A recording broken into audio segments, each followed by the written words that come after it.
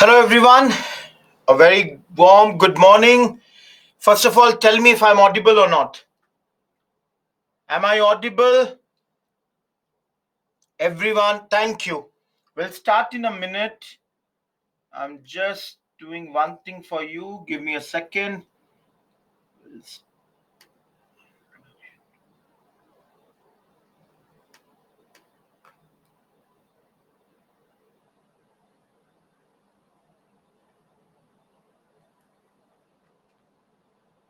Okay, I'll do this later. Not a problem.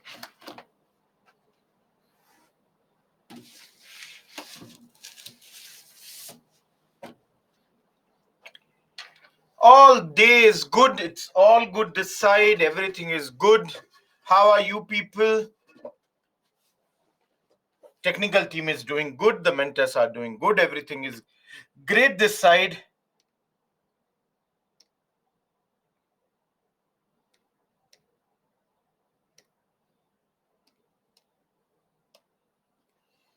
Okay. Anyone who is right now in this class and was not there in the evening yesterday, anyone who was not there in the evening, okay, let me tell you the timings for the day. 10 to 1 class, 1 to 2 break, 2 to 5 class, 5 to 5:30 break, and 5:30 to 8 class. Great, love Preet. If you have seen the recording, good. Sai Babu, I think I'm taking the tomorrow's evening batch. I'll be taking the evening batch.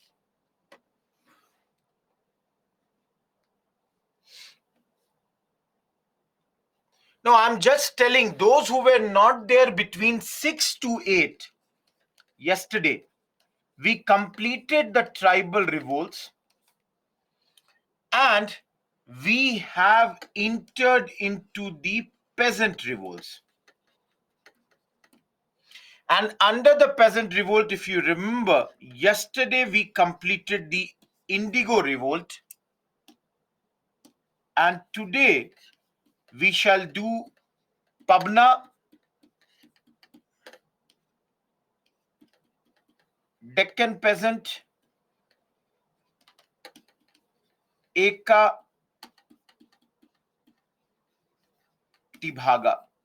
4 movements which we shall be studying today would be these 4. Am I clear, everyone?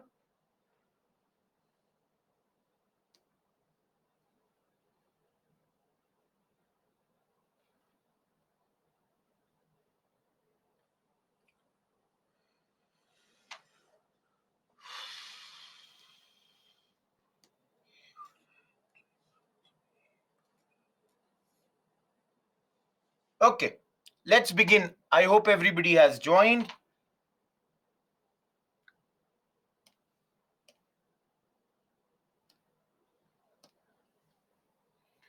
Like yesterday when we were doing indigo, similarly,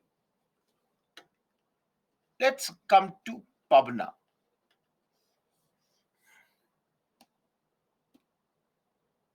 Let me change the pen width. In Pabna, like the indigo, we will go with the 5W approach, where, who, why, when, and of course, what happened in this particular revolt. How many of you were convinced with this 5W approach? How many of you were convinced? Now, let me tell you, the beauty of this 5W approach is it will help you in specifically in your mains exam. देखो क्या होता है, what happens is in mains, Many times we have to give time to think, what should I write next? But if I already have thought that I would be using 5W approach, that is, after this I will do this, after that I will do that, invariably it helps a lot in our thinking process. We don't have to, if I say it like this, waste our time in this. No issue, Sachin. So for example, if we talk about Pabna, now name only says that this happened in Pabna. Those days, East Bengal, and started from a place called Yusuf Shahi Pargana. It started from this particular place. Now the next easy question, when, and I should take blue, in the year of 1870s, this movement had begun. Let's take green. Now who, for example, Ishwar Chandra Roy, Shambhu Pal, Khodi Mullah, these were the people who were involved in this movement. Now, why? Why are you doing this movement? Or why are you doing this particular, peasant movement? Basically think, and I can change. There is a high demand of rent by zamindars. Pabna is a place, Sai Babu, I have written in front of you, where high demand of rent by zamindars. Now, please recall last week's class. We have studied what a peasant pays to the zamindar is called rent.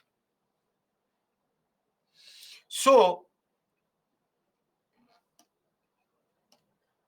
Khodi Mullah, Rohit.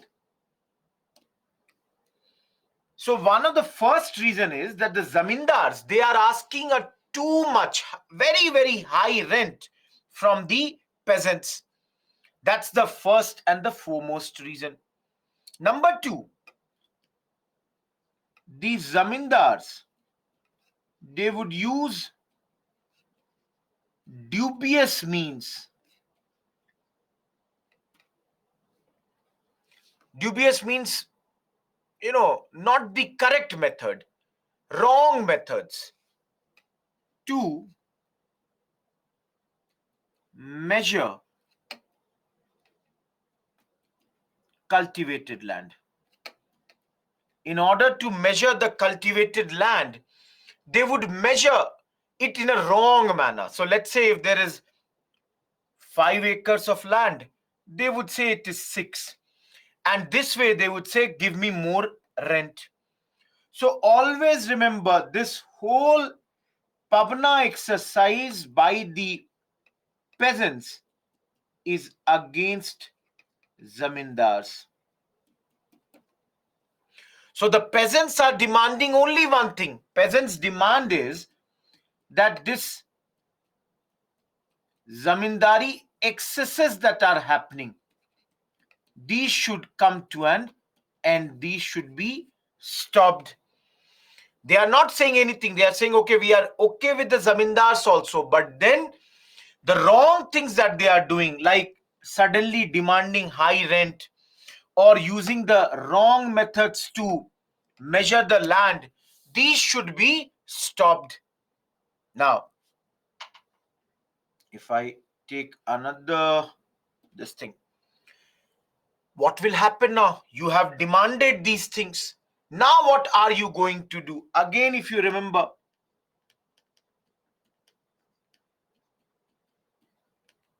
litigation would be done. Litigation means you are approaching the government, the courts, you are asking them, please help us. People would be mobilized at this point of time. Funds will be raised at this point of time. And you would refuse to pay the rent at this moment. Again, let me tell you, mostly non-violent. Now, those who were there yesterday, what was the end result of Indigo? End result of Indigo was that the end result of Indigo was successful. Similarly, this is also successful. Funds, you need money. Fund means money, Prajwal. If you are doing all these things, litigation, all these things require money. So this time also it is successful. How it is successful? The government was forced to bring the Bengal Tennessee Act of 1885. Through this, they were giving some more protection to the peasants. Now, the question will be, like yesterday, all of you, why was it successful? The question will be very simple, like yesterday we did. In Indigo, there must be some reasons here also that it was successful. Now, let me tell you, like yesterday, the first reason is intellectual support. Remember, did we not study yesterday? Who were the intellectuals last night that we studied? Deen Bandhu Mitra. We studied Harish Chandra Mukherjee. Similarly, this time also, there would be intellectuals who would support them. And let me give you the names of these intellectuals. Very, very important. Guys, see here the first great name, Bankim Chandra Chatterjee or Bankim Chandra Chattopadhyay. He's supporting. Look at the big name, Surendranath Banerjee, Anand Mohan Bose, R.C. Dutt, Dwarkanath Ganguly. They all worked for the peasants. Now, all of you, none of these names except for Dwarkanath Ganguly is new. Please remember last week, socio-religious reform movement, the name of Anand Mohan Bose came. Similarly, last week, economic history of modern India, Surendranath Banerjee, R.C. Dutt, and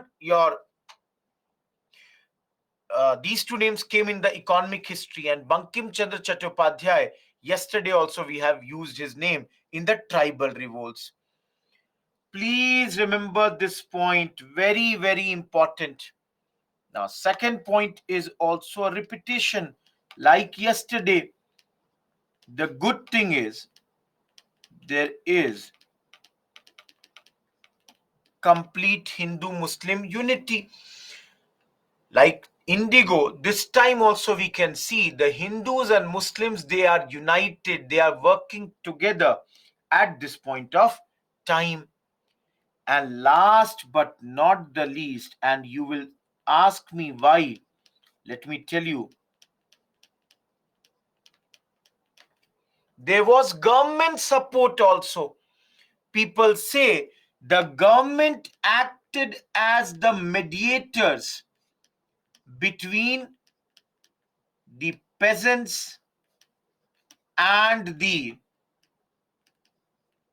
zamindars. Some of you may say that, sir, why is the government giving them the support? Let me tell you, here only I told you that this entire revolt is against zamindars. The people don't have problem with the government. People are very happy. They are not having any issues with the government. They are having issues at this point with none other than the zamindars. Everyone, is Deccan clear? Is Pabna clear? Anyone who came late, I hope you would understand. Dekho, this I'm repeating. Every revolt in 5W approach, which will help you in a big manner. So if I go to the, just give me a second. If I go to the next one, what happened now, Dinesh? Sachin, Ishwar Chandra Roy, Shambhu Pal, and Khodi Mullah, they were there in this movement. Roshan, we did the litigations, the people were mobilized, the funds were collected, and people, they refused to pay rent to the zamindars. Now, Namita is asking, can we write in this way in the exam? Namita, my understanding would be, don't write the word why, when, where. Think in this way when you are writing your answer without writing the word why. So you can write, if I'm writing this answer, I'm, so,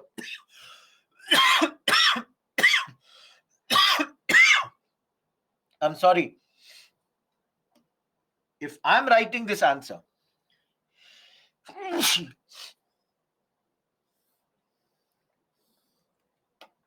I'll give a 2-line introduction,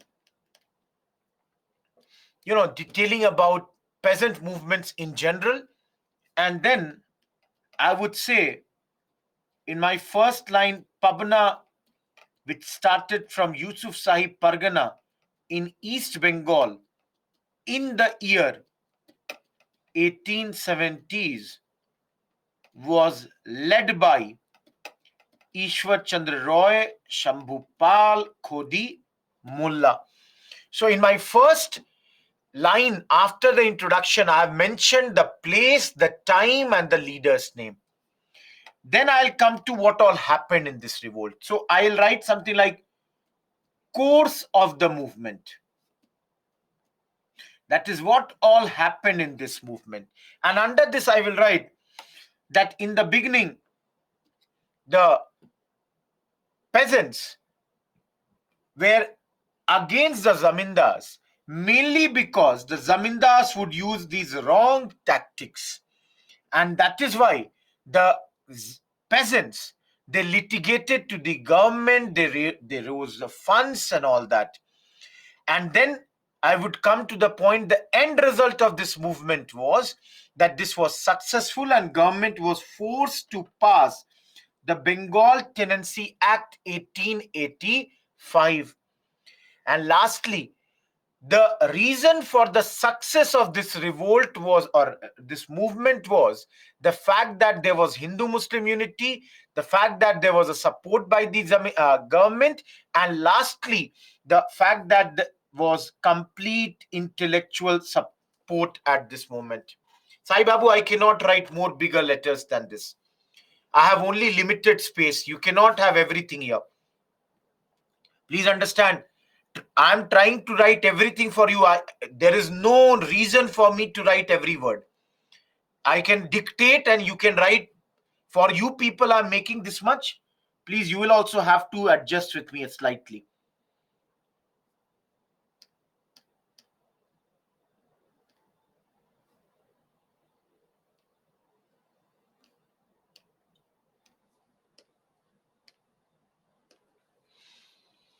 Paragraph or points, it depends.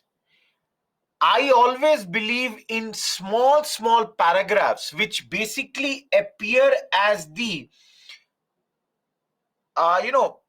points only, very small paragraphs. In that way I would write. Vishal, the Tenancy Act, basically the whole idea of the Tenancy Act was that at this moment what used to happen was that the tenant, if you understand, I am living in somebody else's house. Now, whenever the owner wants, he can throw me out of the house. Now, the Bengal Tenancy Act, the whole idea was that through this, you would guarantee that for a certain period of time, the land would remain with the peasant and the zamindars cannot take it away from peasants. Am I clear?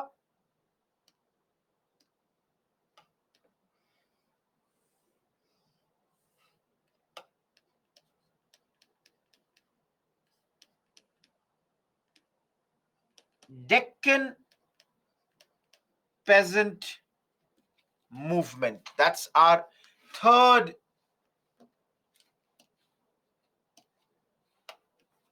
As the name suggests, Deccan. So in the areas of Pune and Ahmednagar, when 1875. Now everyone, please focus on why. Please focus on this. See here.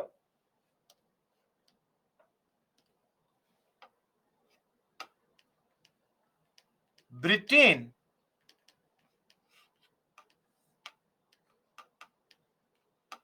used to get cotton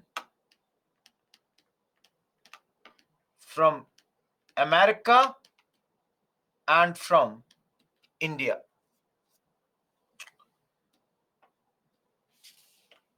Suddenly, this side there was now American Civil War. We are talking about early 1860s. In America, there is an American Civil War. Now, every one of you, tell me, when there is a civil war, will America be able to supply cotton? Will America be able to supply cotton? No. That means supply has come down.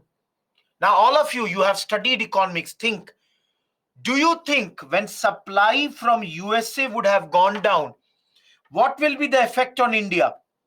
What will be the effect on India? Demand of cotton has gone up, isn't it?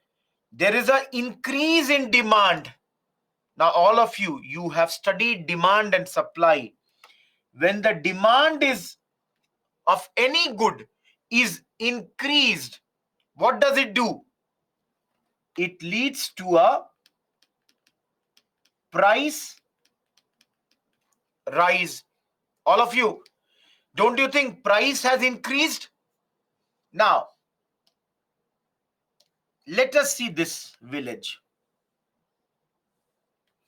In this village, earlier only Rohit Kumar was one person who used to grow cotton. He is making a lot of profit now because the price has gone up. Now in this village, the other small farmers like Sachin, Gulam, Lovepreet, Dhanya, they are also now thinking they will also grow cotton. Bhai, they all can see the price has gone up. They can see that they can make a lot of profit here. So they all have decided to grow cotton. And to grow cotton, they take what? Loans from Mahajan. All these people are telling the Mahajan, Bhaiya, within some time I will make so much, such a big profit that I will return every money of yours. Everyone, till here, everyone is clear? Everything was going good. But then, this American Civil War stopped. Supply again started. Now, guys, if supply has again started, what will happen here? Demand has gone down. That means price has gone down. These people who took the loans at high rates, can they repay now the loans when the prices have gone down? All of you, think about this. Everyone, don't you see that our farmers, they are now under loan indebtedness? Every one of you, do you see our farmers are now under the loan indebtedness? They have taken huge loans and they cannot repay that loan. All of you, can I say this to be the first reason? Everyone, was this clear or not? Yes, Gulam, why not? We are in a global society. So when something is happening in one area, invariably it will affect in the other areas also. Now, all of you should ask a question that the thing happened in 60s. Why did the revolt or why did this peasant movement begin in 75? That's the big question. The thing is, other reasons were there was bad harvest in 1875. Revenue was increased by 50% by the government. Money lenders, they started charging exorbitant rates and huge demand of rent also by the zamindars. All this led to the fact that in 1875, this movement that's called your Deccan peasant movement began, and it was mainly against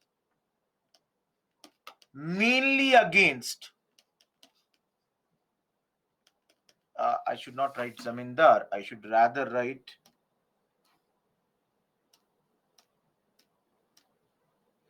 mainly against money lenders, the people who had given the money. It was mainly against the Mahajans, money lenders. And that's why you would see here. Let me change it. Riots took place in Pune, in Ahmednagar. The people started riots. Debt bonds were seized. Anyone who does not understand what is debt bonds, anyone who does not understand what is debt bond, Rohit, riots means danga in Hindi. Debt bonds, you understand? Guys, debt bond is the document in which the Mahajan or the money lender would have written how much money has been taken from him by which farmer. So that is called your debt bond. So now the people would loot these debt bonds and they would burn these. Of course, like yesterday, again, you can see social boycott of the money lenders was done at this point of time.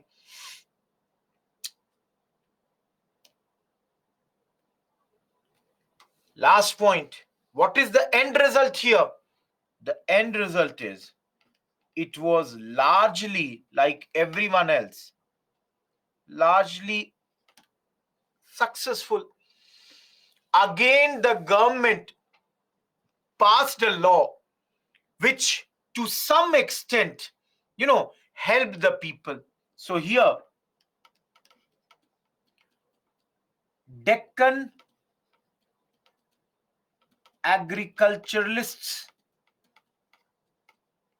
Relief Act was passed. Yes, Rohit, they will have loss. No, Gulam, wrong thinking. So here, this law was passed which would help the peasants to thwart the wrong things done by the Mahajans.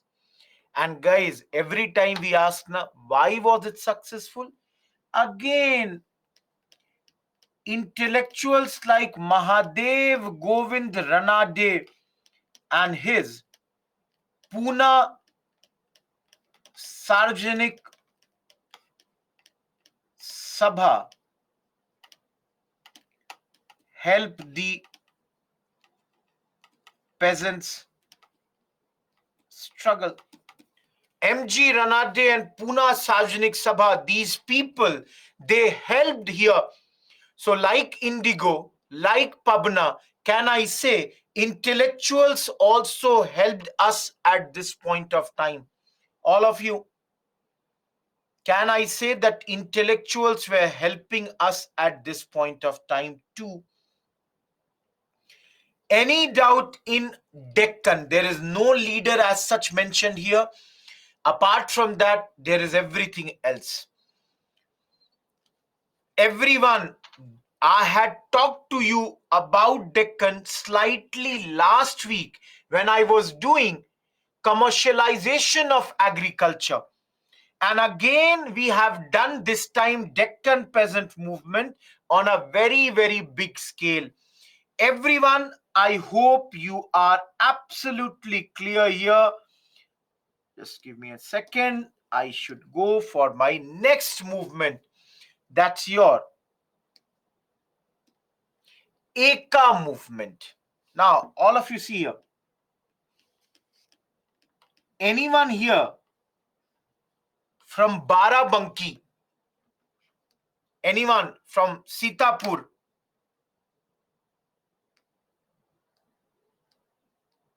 No one? Okay. If Hardoi, Bahraich, UP, I know Krishna. I'm talking about these 4 districts. Dekho, Eka comes from the word Ek. Ek means one. Eka means unity. Eka, unity movement. Now, as I said, the areas Hardoi, Bahraich, Barabanki, Sitapur, all these are the districts of present day UP. All these are the districts of present day Uttar Pradesh.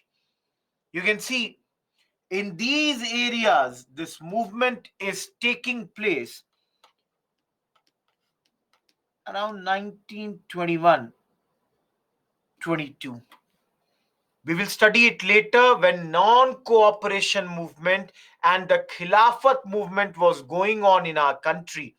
Around the same time, this Eka movement was also going on in our country in the places like UP. Now,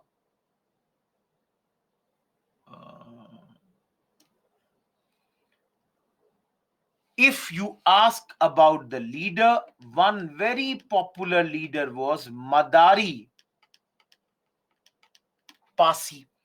Madari Pasi was leading this particular movement. He was the leader who was, leading this particular movement at this point of time. Now, last question. Why are we doing this movement? Again, the reason is repetitive, nothing new. The first reason is high rent collection by the zamindars. Number 2, increase in revenue demand by the government. Number 3, forceful eviction of tenants, that is, they would be thrown out of their lands if they would not pay the increased demand of rent. And number 4, rise in food prices due to World War I. That is, the inflation was also very, very high at this point of time. And all of these resulted in the Eka movement. Everyone, till here, any problem?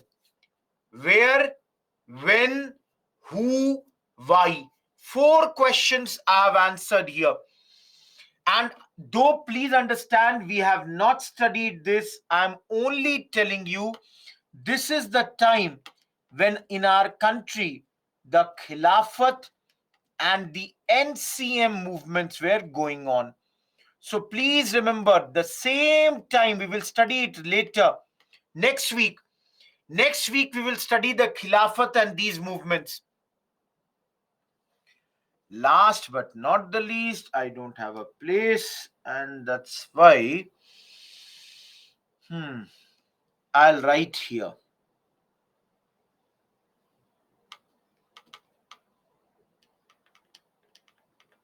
Course of the movement. Basically, what is happening in this movement? Please understand, they are trying to forcibly evict you. So, the first point is not leave when evicted. That is, if the government or zamindar is trying to forcibly remove you from that particular land, you should not leave when evicted. Number 2, please understand, pay only the recorded rent and on time. That is, initially Rohit Kumar and the Mahajan, or sorry, Zamindar, had thought that Rohit Kumar will pay 10 rupees. Now he is demanding 15. Don't pay 15, pay only 10 rupees, pay it on time. Now, how many of you understand forced labor? How many of you understand forced labor?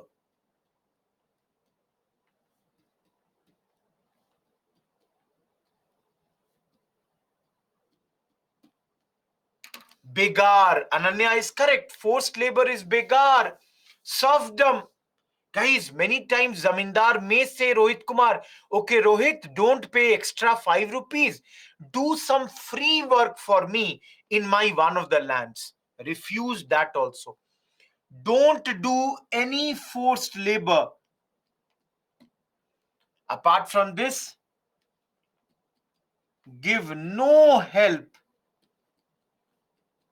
to the criminals. That is, remain non-violent, don't do wrong things. And last but not the least, abide by the panchayat decisions. That is, whatever has been decided by the panchayat, follow that. So this all would be done in this particular movement. Remember, everyone, you have not studied it. Later you will study next week. And I'm writing here, by 1922, when this movement turned violent,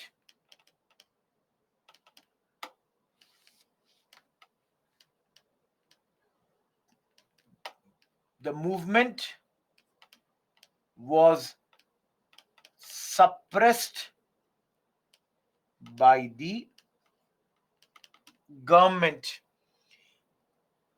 and government also passed Awadh Rent Amendment Act 1921 at this point of time. Last thing in your notes, there is one point mentioned which you should know. In Awadh, zamindars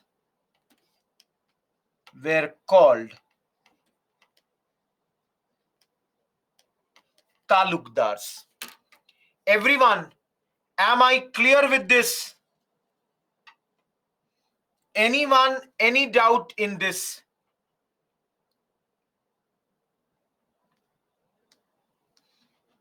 No. Partially successful? I would not call it a failure. I would not call it complete success. We can call it partially successful. To some extent, you can see government has passed this law. But then we can also say government later crushed this particular movement. So I'm not going to, in life, everything is not black and white. There are gray shades also. So you cannot call it to be totally a unsuccessful revolt, but then you cannot call it totally to be a failure also.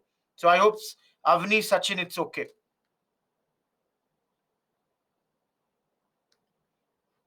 Madari Pasi Roshan is the name of the leader. He is leading this particular revolt. Yera, I did not understand. Where have I written rise in production? I have not written rise in production in any place. I have not written. See, Madari Pasi was leading this in Barabanki district. He was a very tall leader and he was leading this in Barabanki. Okay, please understand. Dekho, World War had ended around 1917-18. So because of the war, inflation was already high. Food prices had gone up. There was, huge amount of inflation. That is the reason. Prajwal, don't do anything wrong. Don't do anything which will lead to violence. That is the thing here by the criminals. Don't support wrong people at this point of time. That's the point being uttered here. Sahana, forceful eviction means that the zamindars would try to push you out of the land if you don't pay the rent which they are demanding. Zamindars may do that. So that should not happen. Now 21 it is. Awadh Rent Amendment Act 1921, Sneha.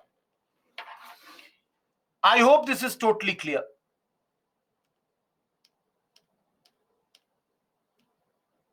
Okay, two things. One, please cut this word two. Please cut this word two. That's not needed in your slides. And please remove this slide. Don't, we'll study the Kisan Sabhas later. Don't study this right now. This slide, ignore it. By mistake, it has come. Abide means to obey. Sai Babu.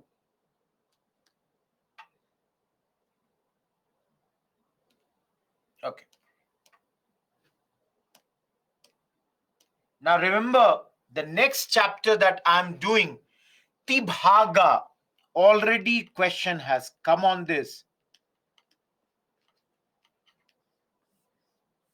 All of you, by Tibhaga, what do you understand? Do you understand anything by this word? Tibhaga.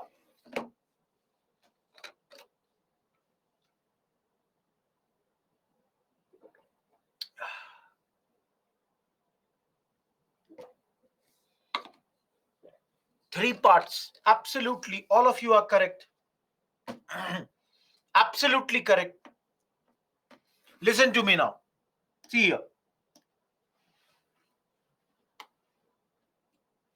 How many of you have land in your village? How many of you have land in your village? Those who have land, do you work on your own land? or you have given it to somebody else? Do you work on your own land? Now, you all would have idea that there is some understanding. For example, Rohit Kumar has this much this much land. I am living in Bangalore. So invariably, I would have given this to somebody else, that you work on this. And the understanding would be that at the end, give me 1/3,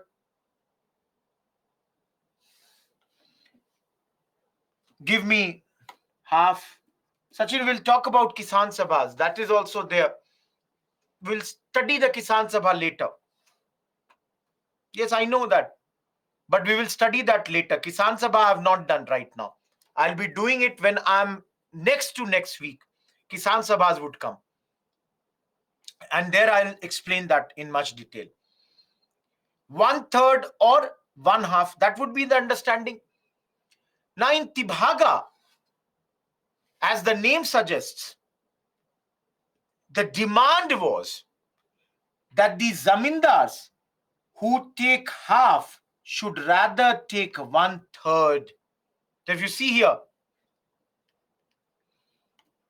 Tibhaga took place in Bengal, and it took place around 1946 to 47. Please understand, I have not taught you Kisan Sabha right now. I'll teach you later. But just to give you an idea, this movement was led by the Bengal provincial Kisan Sabhas and the communists. Please understand, both these we have not studied right now. Neither we have studied Kisan Sabha, the groups, neither we have studied the communists. We will study both of them. So they are the leaders. So now you will question, what is the demand? The demand is, there was a flawed commission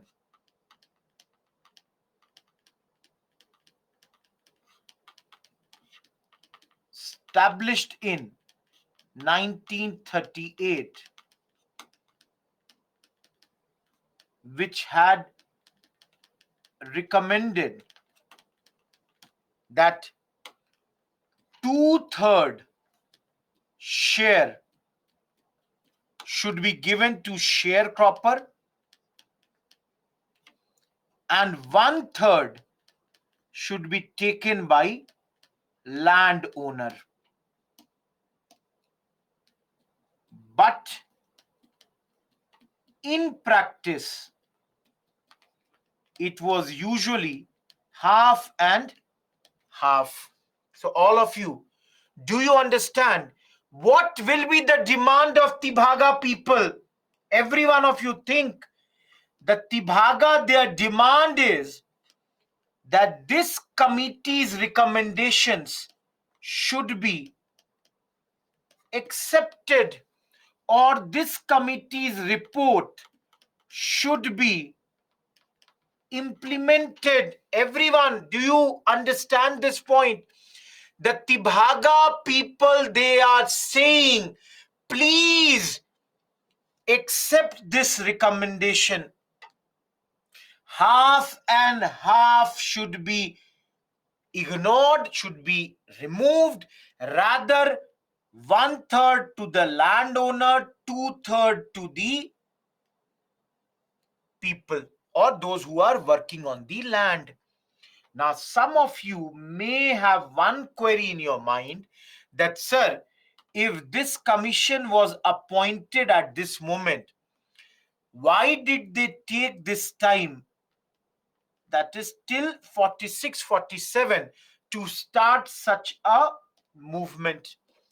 Last week, all of you remember, we have studied, everyone who was there in last week's class, do you remember Bengal famine of 1943, established Sai Babu? Do you remember Bengal famine of 1943? Rohit Kumar had this land, but in order to survive the famine, Rohit Kumar sold this land to a Mahajan or to the landowner. Now he survived the famine, but next year Rohit Kumar is working in his own land now as what? As a landless laborer. All of you, do you understand? So this famine of 43 had resulted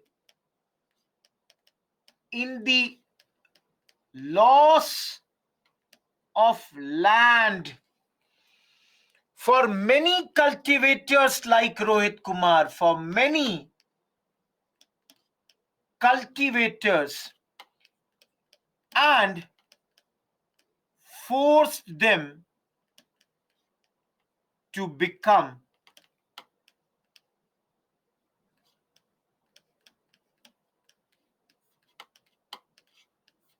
sharecropper. Everyone, am I clear till here? Why after this suddenly in 46, 47, this movement is happening? Last but not the least, and for this, let's take black. Look at the year when it is happening. Just before independence, when Bengal was very, very volatile, was burning, and that is why the outcome, the result was that government suppressed this revolt in a big manner. Government suppressed this revolt in a big manner. Firing was done, many peasants were killed, and this revolt was totally crushed in those days. Remember, already has come in prelims. This portion has come in prelims. Sai Babu, please understand. I don't know where are you. I told you ti bhaga, teen bhag. Teen bhag means three divisions. As I told you, the literal meaning, I was giving the prelims when this tibhaga had come. I had not studied it before, but the options, when I will show you, you will also see. The options were so simple that we could understand A was the answer. That, okay, this only will be tibhaga. Everyone, am I clear with tibhaga? All of you, am I clear with tibhaga? Just for the benefit of some people, if you are thinking that we have not done few topics, yes, we have not done few topics here. Which are those topics? Yesterday also I told you I will do Champaran and Kheda in the topic of arrival of Gandhi. I will do Bardoli when I'm doing no changers topic. No, Shilpa, it's not successful. I would do Kisan Sabha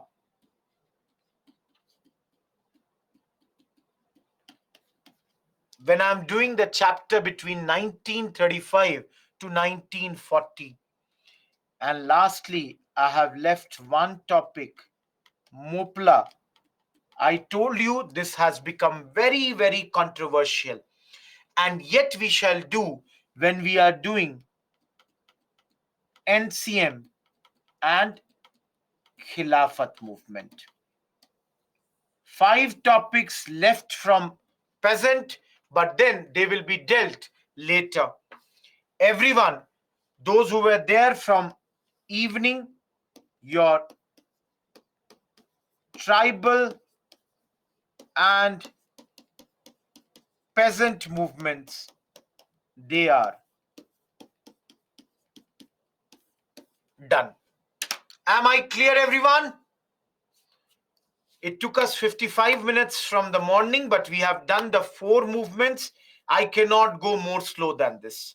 This is the least speed that I can have, and I hope it is totally clear. Anyone having any doubt at this point of time?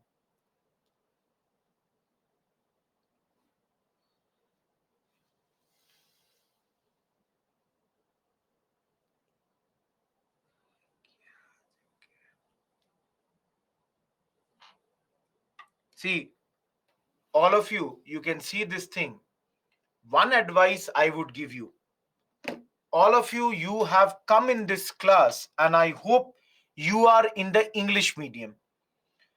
See, take it in a positive sense. Some of you need to improve your English, because I can see when you write the comments, the grammatical mistakes as well as spelling mistakes. This will not help you in the exams. So please understand that you people, when you are writing mains, you cannot make silly mistakes when it comes to English. Am I clear, everyone? So please work on your English. You also know that you are not, if you are not that proficient in English, you will have to. I'm not saying become Shashi Tharoor in one day. I'm not saying that you have to go to that level.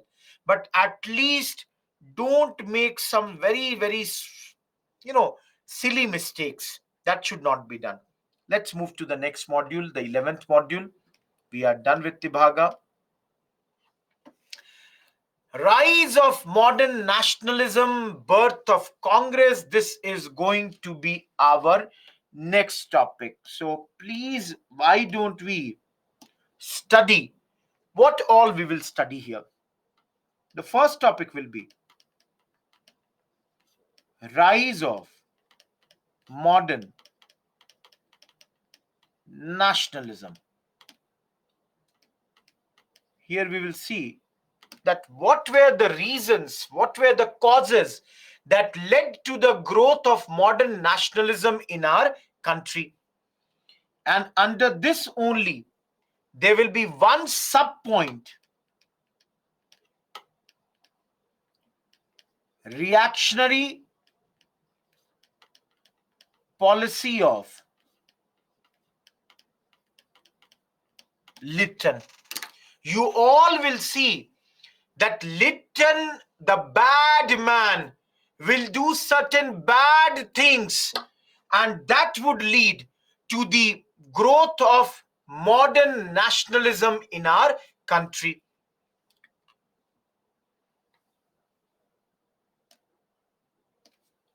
Then we shall see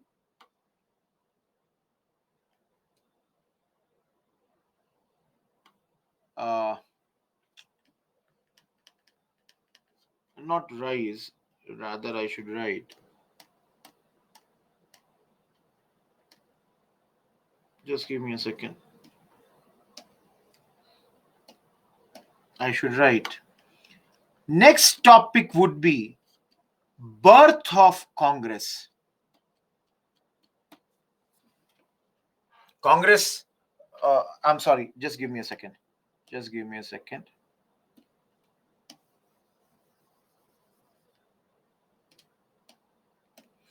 The next topic would be pre-Congress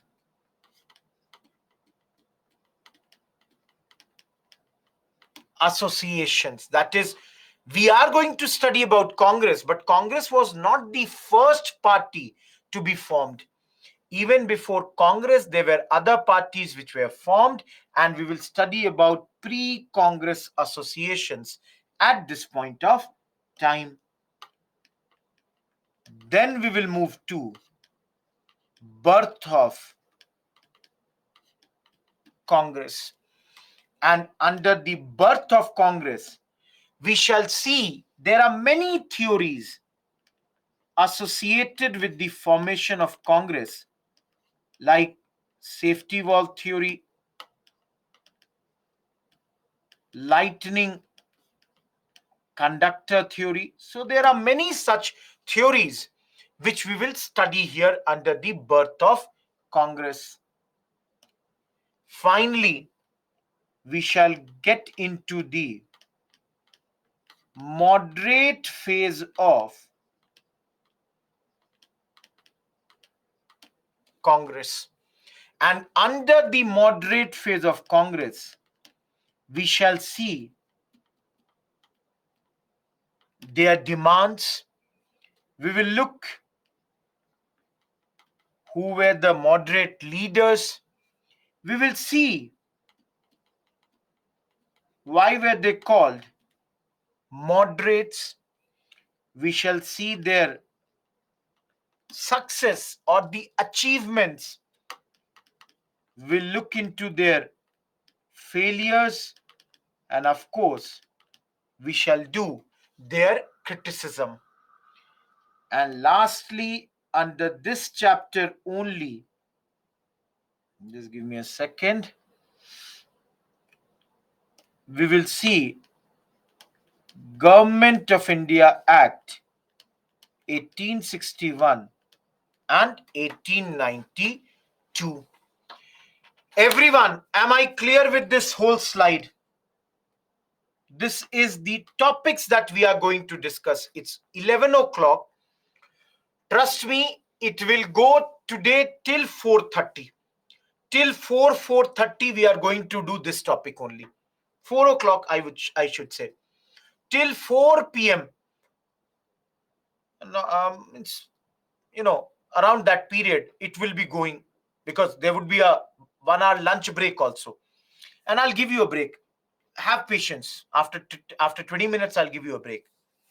Everyone, clear? Now, just for you people, let me tell you, this chapter is very, very important from mains perspective. Last 10 years, 2 mains question and 2 prelims questions.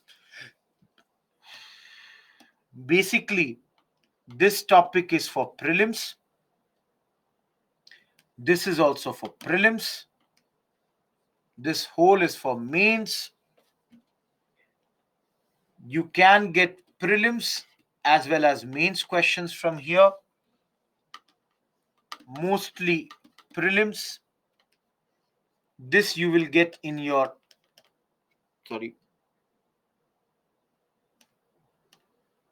personality test also. I myself was asked in the personality test on safety valve theory. So even in the interviews, you can be asked about these topics. And this is the thing. Let's start with the first topic, rise of modern nationalism. And let me start with the reactionary policy of Lytton. That is very, very interesting. And in one place, I can do that. See, you can see here different reasons. I'll explain all these. 1, 2, 3, 4. Similarly, go 5, 6, 7, 8, 9. Out of these, I'm beginning with the fourth one. Reaction to the British colonial imperialistic policies and the racial arrogance of the rulers, which I have termed as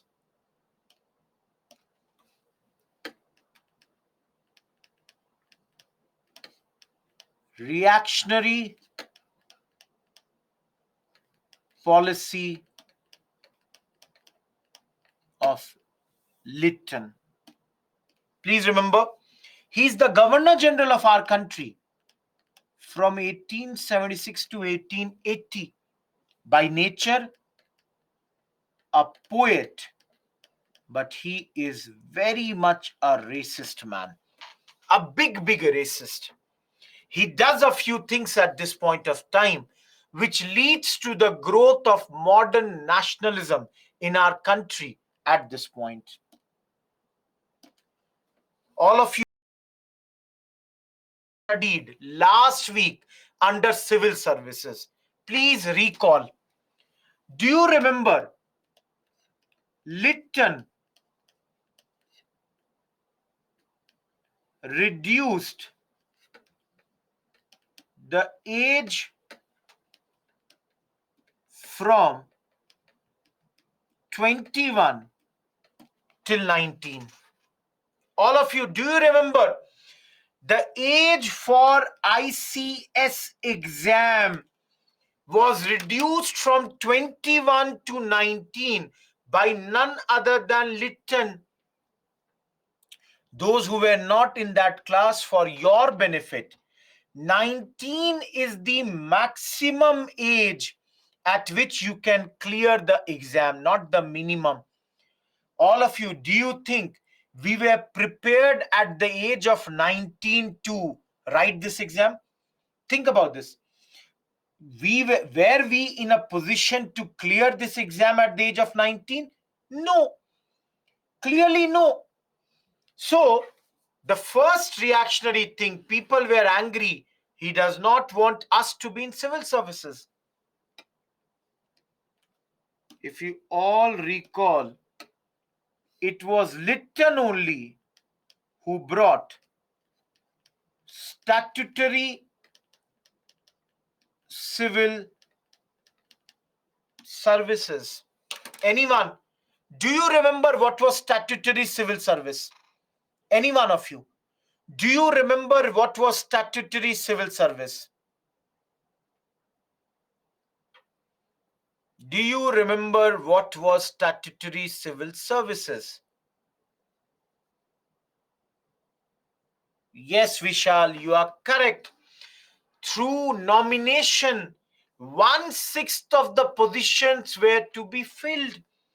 That was also clearly what? His reactionary policy. Third,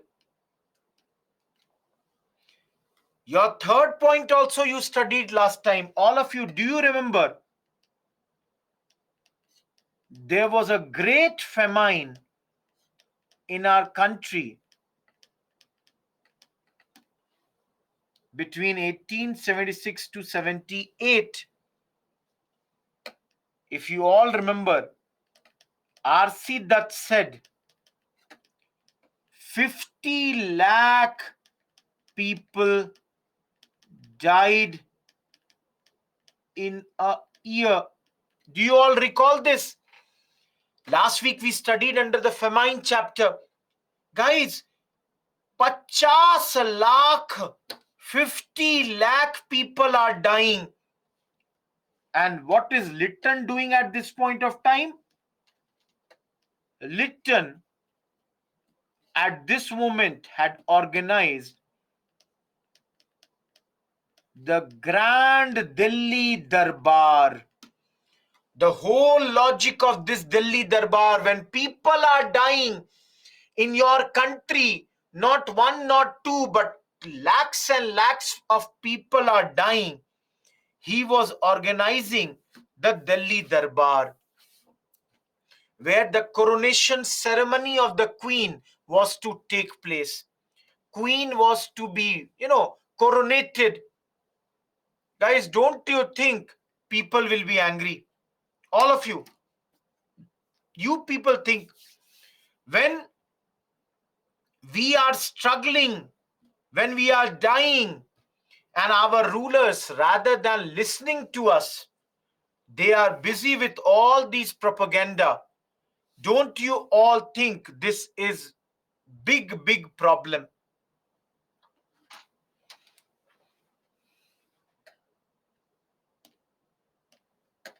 Lytton only brought at this moment Vernacular Press Act 1878. What do you understand by vernacular? Any one of you? What do you understand by vernacular? Any one of you, what do you understand by vernacular? Local language. That is, please understand, this law was applicable on local language press. In brief, English press was exempted. English press was not covered under this. And the other problem was it was known as the Gagging Act. Gagging Act, why was it known as? Because there was provision of no appeal at this point of time. You could not appeal at this point of time. So whatever has been decided by the government is full and final. There is no way you could appeal against this. All of you think, don't you think this is a very, very bad law? All of you think about this.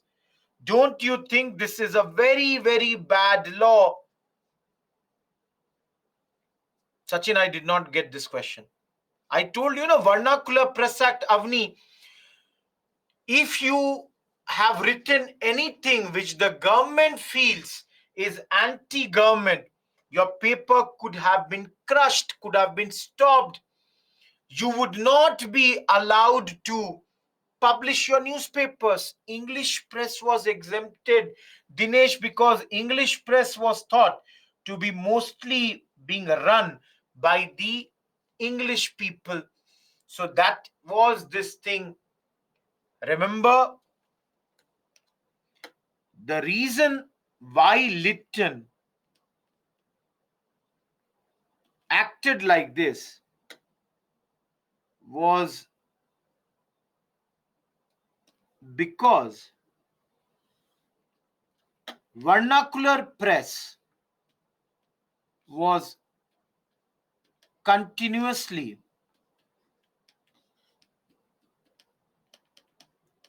criticizing the British government. They had even criticized the British government at this point because there were reports that the money which was meant for the famine was being diverted for his Delhi Darbar. So there were reports which were brought out by your vernacular press, and they were constantly criticizing the government. Just giving you one important information.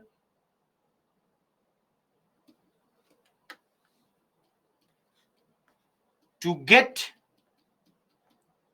exempted from this law,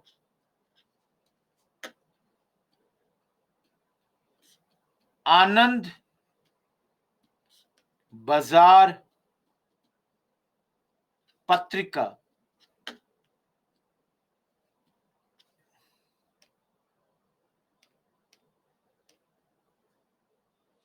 converted itself from a Bengali paper to a English paper. Guys, because I told you that on English paper this law was not applicable.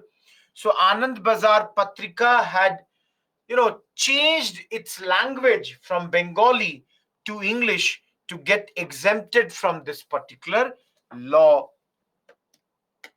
You all can see Lytton's first, second, third, fourth, and the fifth. And this was Indian Arms Act. He passed one more law at this moment, which was known as Indian Arms Act. And under this, the thing was, Indians were not allowed to keep the arms or the weapons without having a valid licenses. So all these were the reactionary policy of Lytton. Sachin, I don't get your question. We don't have to get into the provisions of the act. Reactionary, can you not see it is totally reactionary? It is only applicable on the local language press. Can you not see it is reactionary because you cannot appeal against this? Can you not see people are dying and they are happily enjoying the Delhi Darbar? You can see they are trying to nominate their own people. They are trying, Indians cannot get into the services. Yuvraj, Anand Bazar Patrika was started by, I'll write here only, by Ghosh brothers. Motilal Ghosh and Shishir Kumar Ghosh. The two brothers had taken out this particular paper.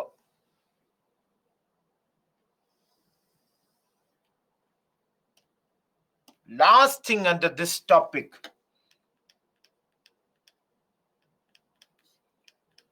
Ilbert Bill controversy.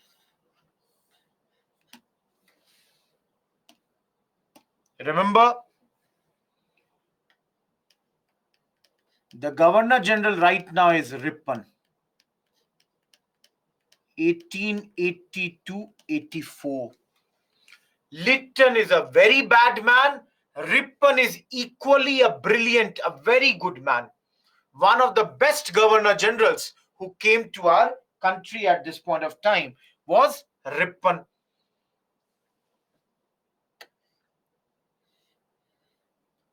In those days, there was a disqualification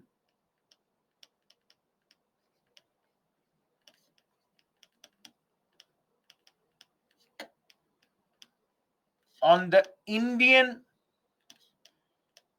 covenanted members.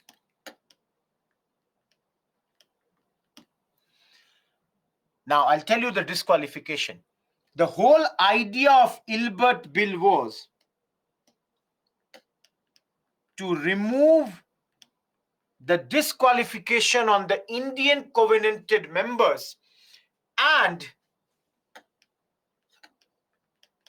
give them the same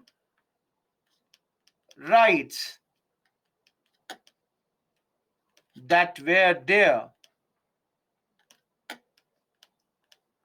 for the European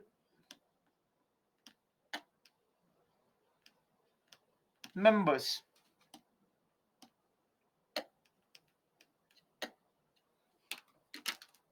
What is this? Basically, under this, earlier what used to happen is, if I am a British judge, I can listen to the matter related to both the Britishers as well as the Indians. But if I am an Indian judge, I could listen to the matter related to only the Indian people. So you all can see very, very clearly that only on the lines of racist color, only on the lines of racist behavior, what is happening is that the Indian people were not allowed to listen to the matters related to Europeans. Ripon is a good man. He wanted that this bill should be brought in House of Commons. But when this bill was brought in the House of Commons, it was opposed by the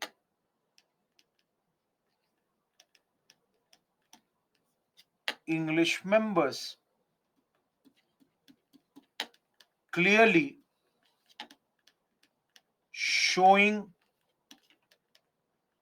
their racial colors. Can you see this? Clearly showing their racial colors at this point of time, because it clearly shows that they did not want the Indians to have the same power which the Europeans were enjoying. So Ilbert Bill controversy was the sixth major thing that happened here, though it was not done by Lytton but happened during the time of Ripon. Remember, Ripon is a good man.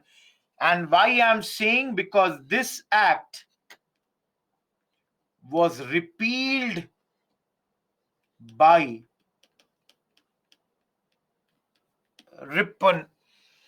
Ripon did a lot of good things for us. You can see he brought the Ilbert Bill, or he wanted this bill to be passed, which would have given the similar rights to the Indian people as was available to the Europeans. But invariably, it was not liked by the others. Am I clear with the reactionary policy of Lytton plus the Ilbert Bill controversy? Everyone, all of you, is this clear?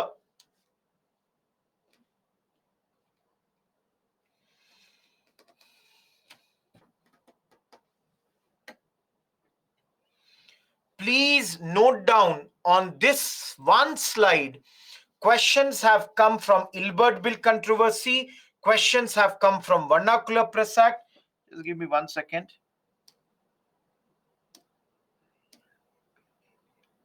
Okay.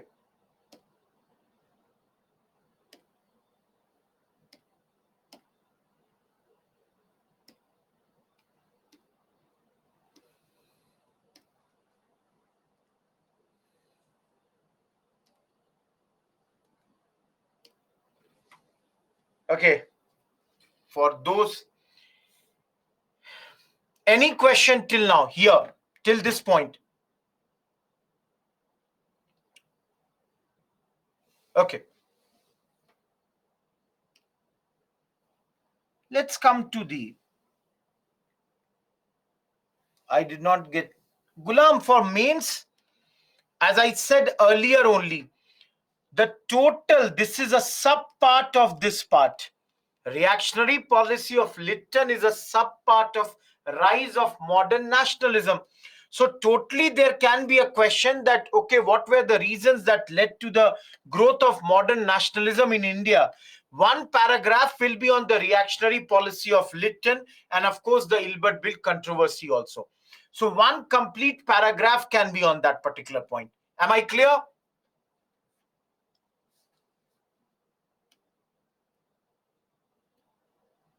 Okay.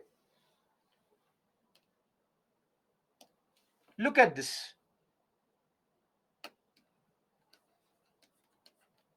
We have done one point here. First is done. Now I'm moving to the second point. All of you, do you think means of transport and communication would have helped in the growth of modern nationalism? In your sense, does transport and communication help in the growth of this?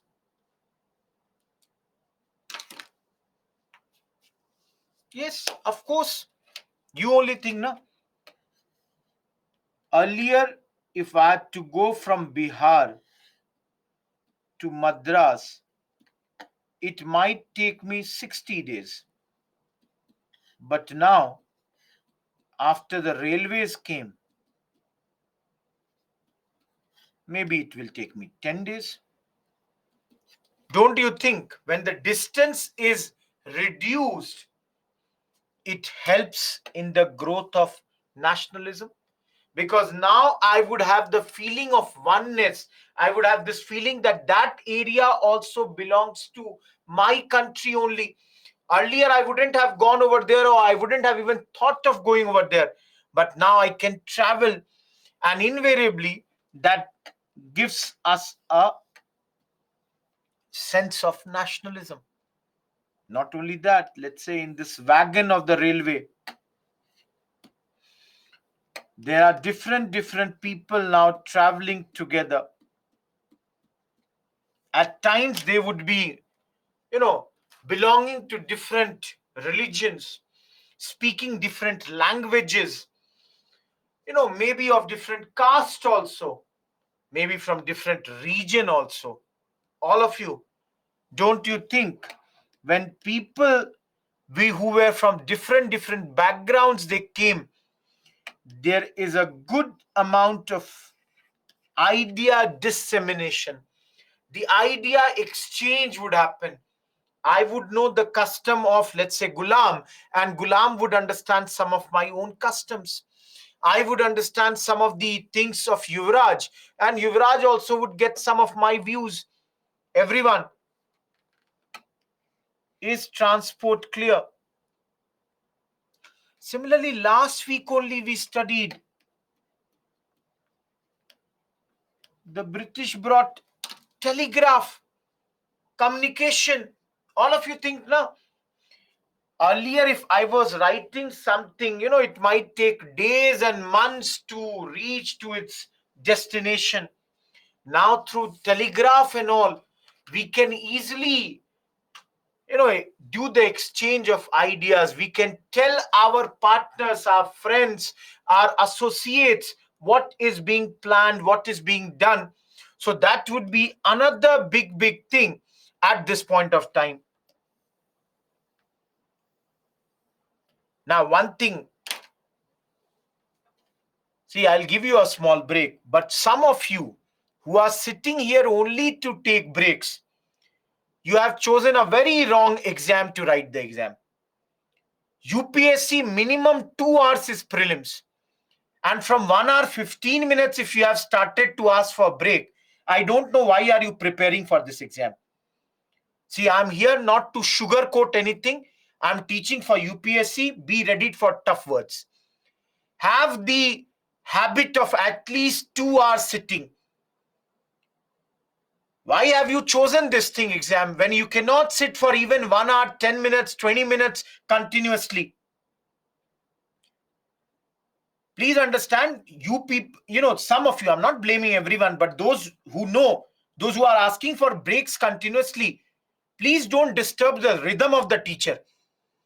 I'm trying to see, I can very easily shut down the chat column, but I want to clear every doubt of yours. For me, it's very easy. Shut down this thing. Those who are just sitting here for the breaks, don't come. My suggestion would be you can listen to the recorded lesson. Listen it at your own pace. Manu, please write the mail to the technical team. Guys, take a break. It's 11:30. Take a 10-minute break. We'll start at 11:40 sharp. We'll complete this very important part of our exam. 10 minutes break.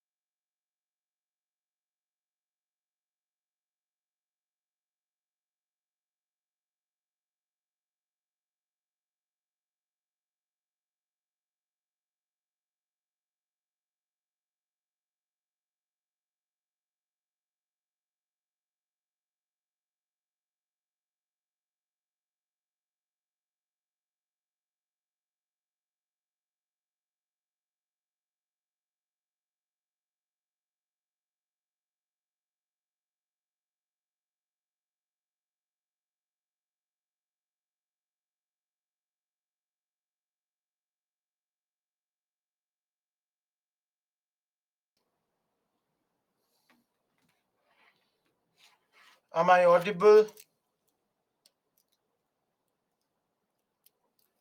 Great. Let's start.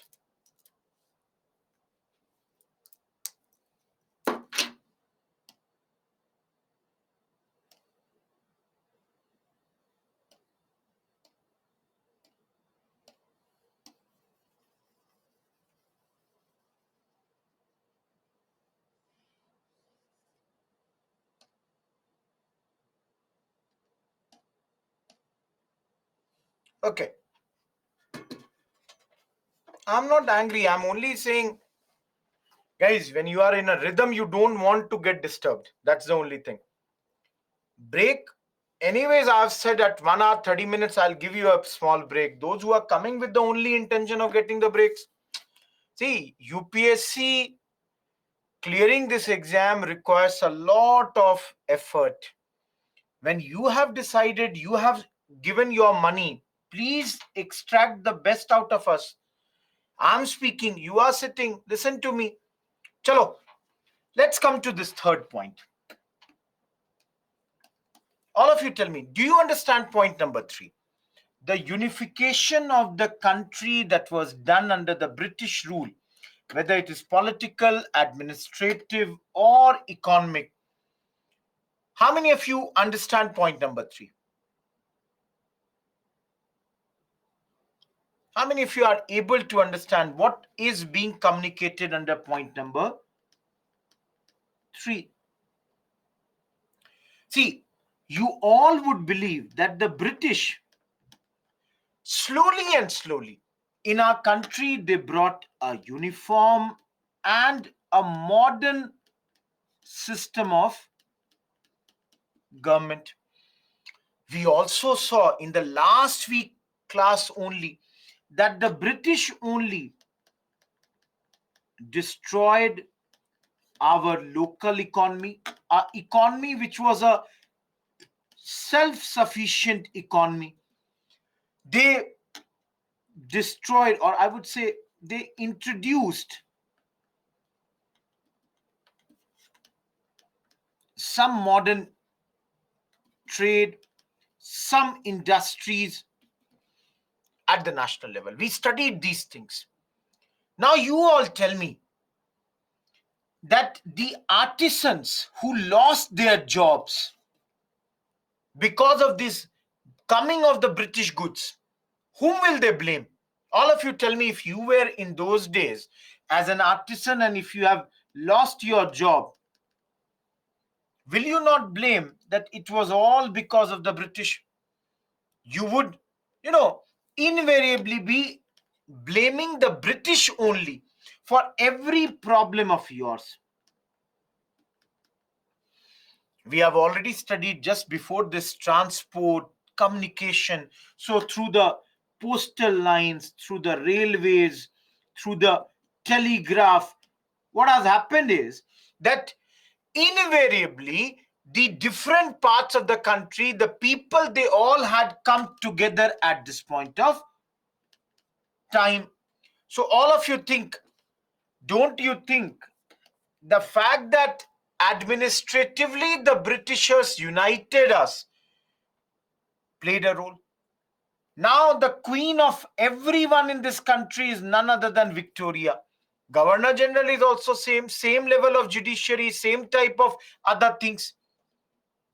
Everyone, is the point number 3 clear or not?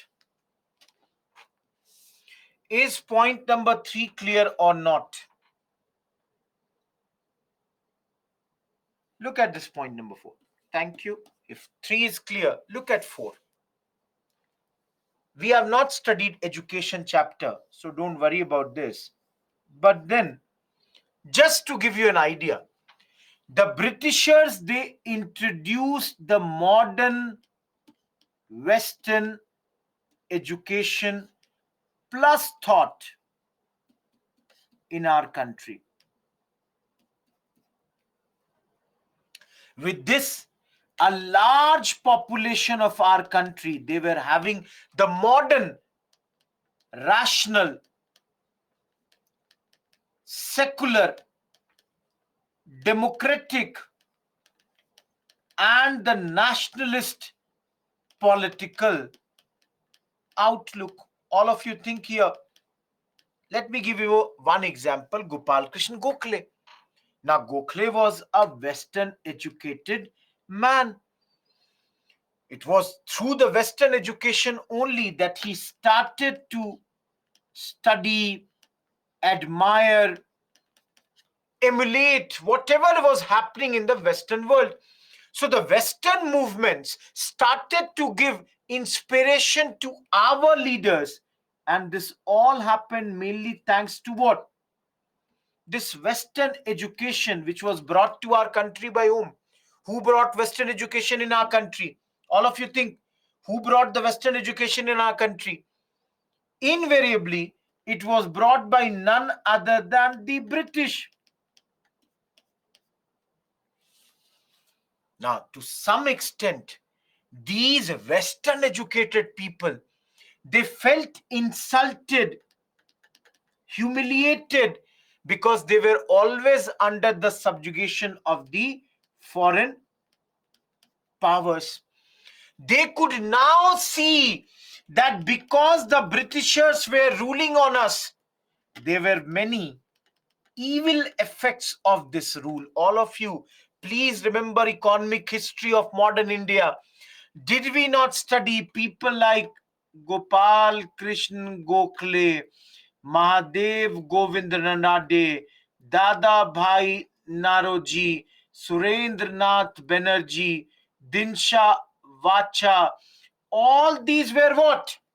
Western educated fellows in our country who now wanted that there should be a strong, unified, modern India at this point of time. Everyone, am I clear with the point number 4? All of you, is point number 4 clear to you or not? Thank you. If 4 is clear, just let us come to your next point and press. All of you, do you think press and literature would have played a huge role in our rise of modern nationalism? All of you, in your opinion, do you think it would have played a huge role?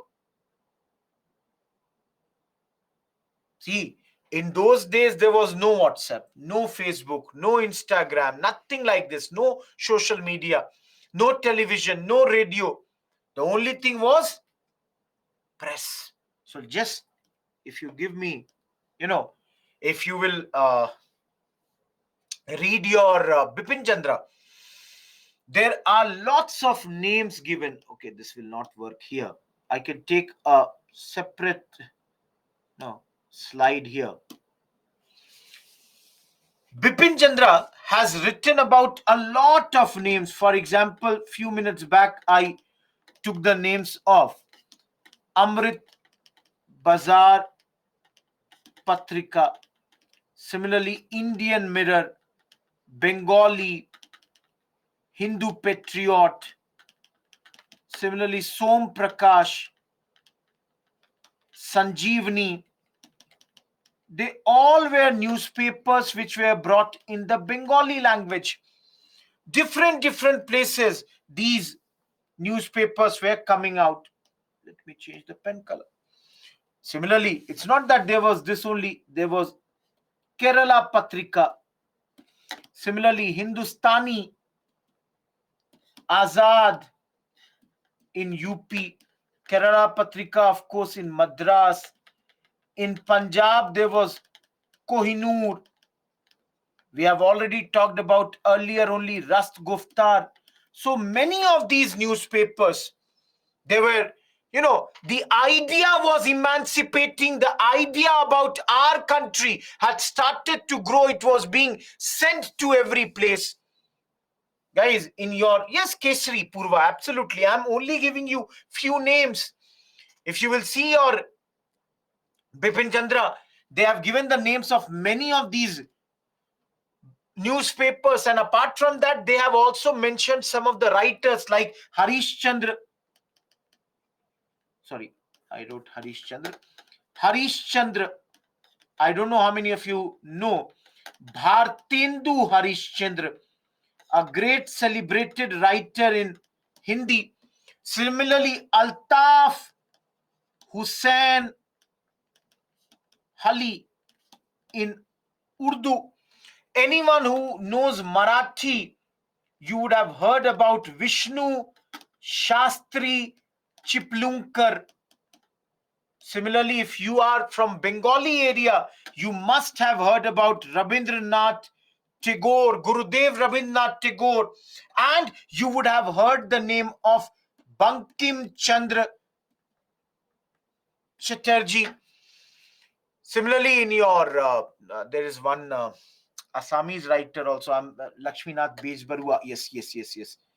In Assamese, in that Lakshmi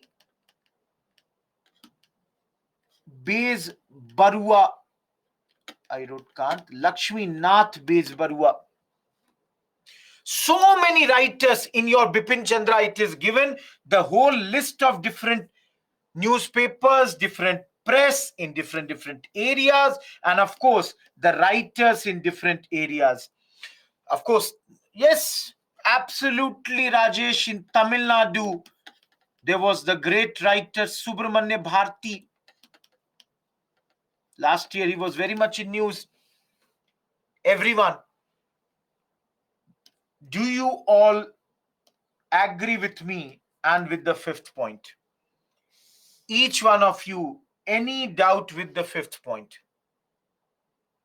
Dinesh, I would request you and every one of you, the names which I wrote just now, and there are few more names. I cannot remember every name of Bipin Chandra right now. But in Bipin Chandra, there are some more names written. I'm sure about that. Once you should look into Bipin Chandra because it is there and this will be very important for press chapter. Am I clear, everyone? Let me take one new slide.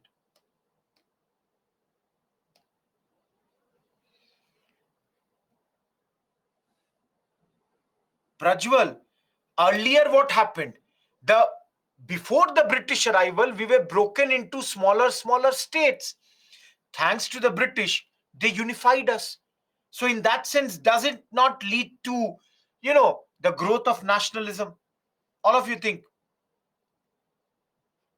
Now, rediscovery of India's past. Anyone, can you give me any example of rediscovery of India's past? Any example? Let me change the pen. In your view, how this would have happened? Yes, Avni is correct. Theosophical Society. Somain, Max Muller research. Dinesh, don't write about Harappa. Kunal, don't write. Please understand.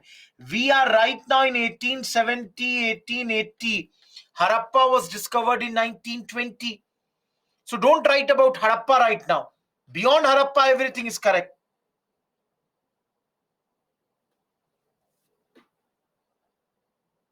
Yeah.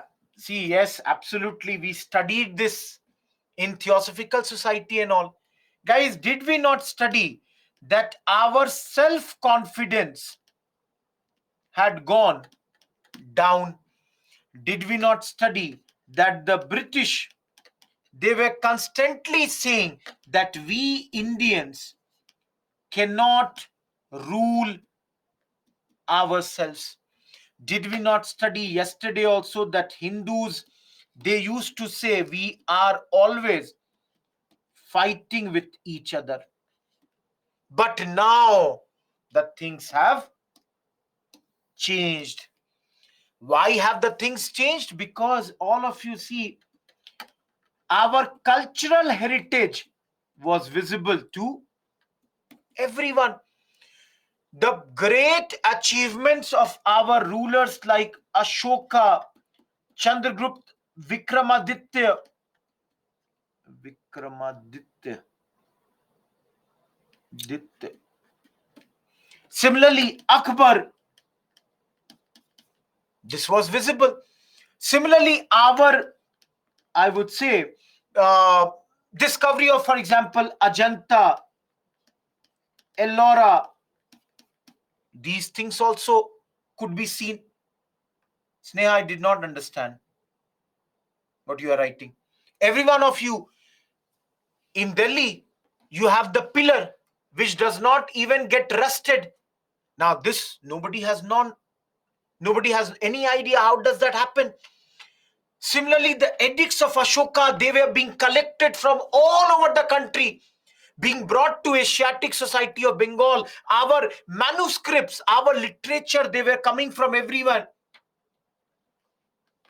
I said these were earlier, Sneha. Now this is no longer there.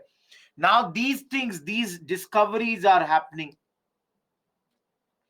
Guys, again, I can definitely say no doubt about the fact that the European scholars also helped in this. Max Muller's name has come, but then they were Indian scholars also.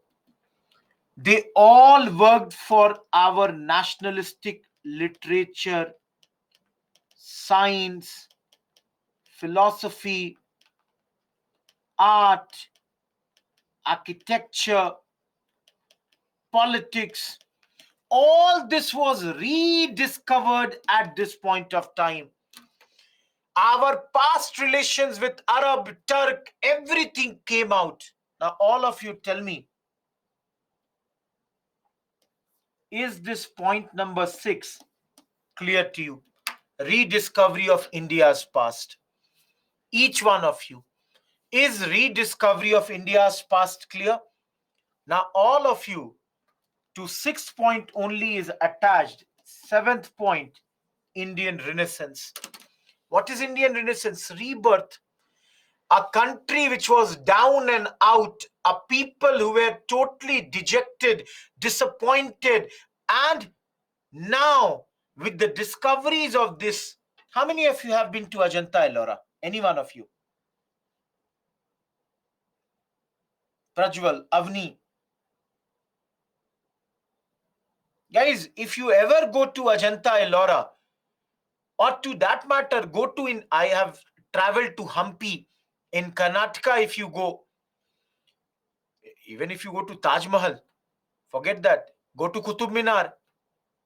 You know, whenever you travel to these places, the first feeling is how great our rulers would be in those days who had some vision. Things that they have built in those days stand even today. Ajanta Ellora caves, the first feeling is how majestic they are. If you go to, the what I said, Hampi, that's the first thing you get. You go to visit the temples of South India. You go to Madurai Meenakshi temple. All these give, that feeling of happiness about our own past. Yes, Gol Gumbaj. I'm not denying that. I'm not denying Gol Gumbaj. All of you, don't you think this gives us that feeling of nationalism? Each one of you. Last but not the least, point number 8 is nothing.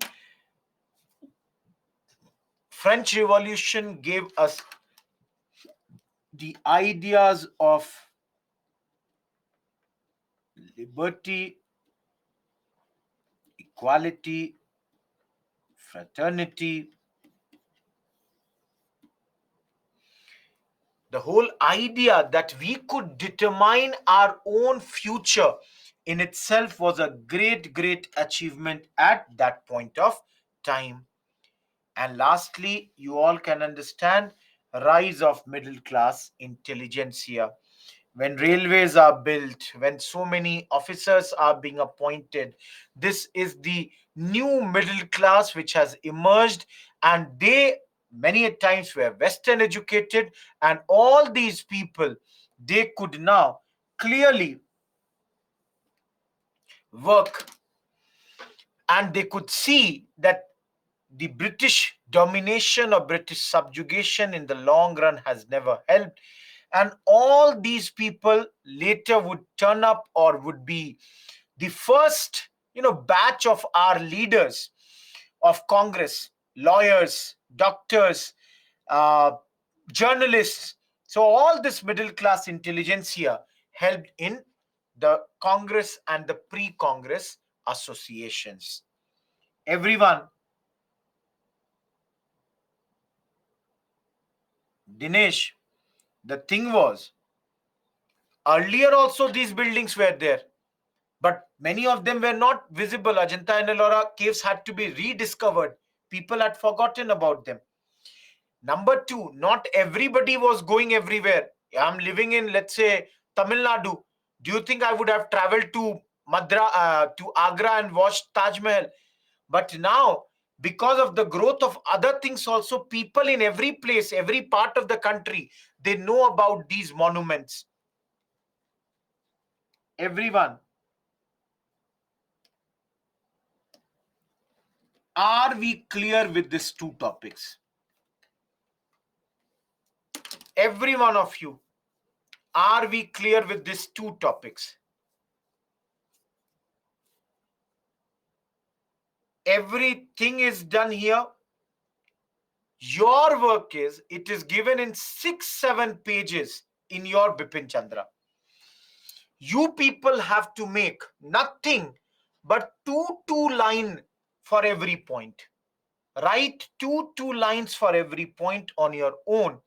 And this will become one mains question answer that what were the reasons for the growth of modern nationalism in our country.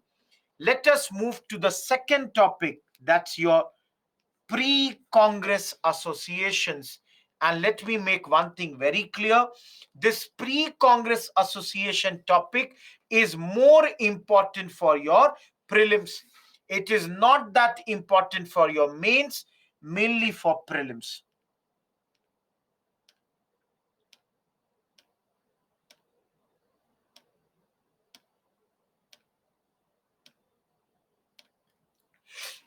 Okay. For next 20 minutes, focus on this one slide. And you would see, I would clarify the whole pre-Congress association in one place. See here.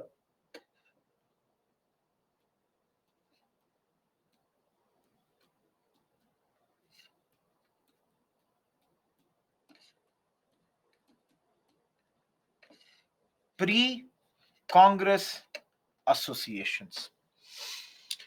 What I'm trying to say in this chapter is that Congress was not the first party. Before Congress also, there were many such groups which were operating in our country. So in this chapter, we will see the growth of modern political association. This is the modern political groupings that were formed in those days, and you will find out that this can be divided into two phases. One, early half of 19th century, and second, in the second half of 19th century. What I'm trying to write, everyone, you can see, I'm saying that the political associations in our country, they grew in 19th century. How many of you understand when I say 19th century? What is 19th century? Anyone who does not understand what is 19th century?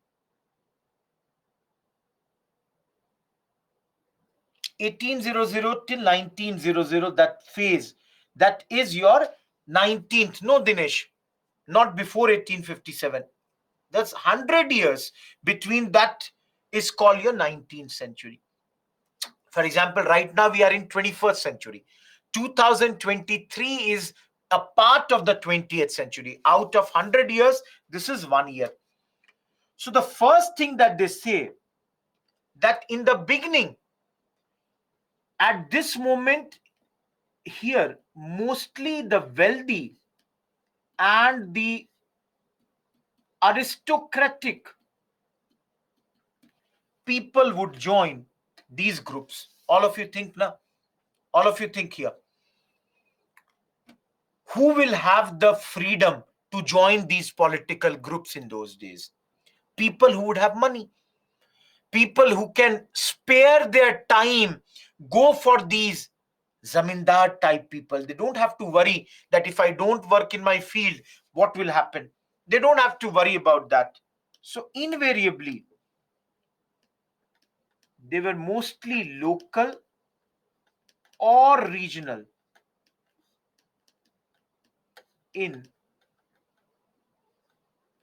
character. They were very, very localized.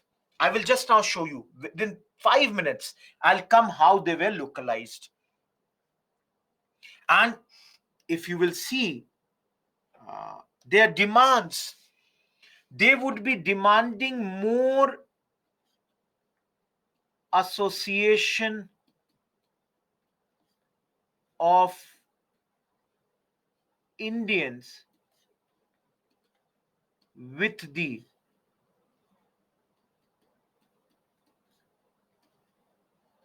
administration. They would demand spread of education. They would demand administrative reforms. Everyone, am I clear? Who are the members of early half of 19th century political associations? What are their demands? And basically, their character, that is, they are very, very localized right now. Now, second half, it would be educated middle class. Guys, who is the educated middle class? I just now, when I was dealing, I told you, who are the educated middle class? Absolutely. You can write doctor. Any other? Yes, why not? Lawyers, they are in fact at the top. Yes, journalists will also be there. And if you want, you can write teacher also. All these are what? They are the new class of people who are associated with these groups.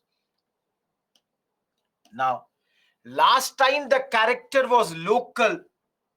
Last time the character was regional. This time they have a wider perspective. They have a larger agenda. And that agenda we will see when we are doing Congress. Remember one thing very, very prominently.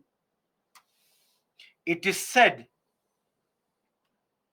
that Raja Ram Mohan Roy was a pioneer in this field. But then he himself never ever joined any of these groups. So it was left to his supporters to form these organizations. Please be very, very clear. Raja Ram Mohan Roy himself never got associated with any such group. All of you, can you tell me any name of the group that Raja Ram Mohan Roy was associated with? Was he associated with any such group? Was Raja Ram Mohan Roy associated with any such group? Tell me.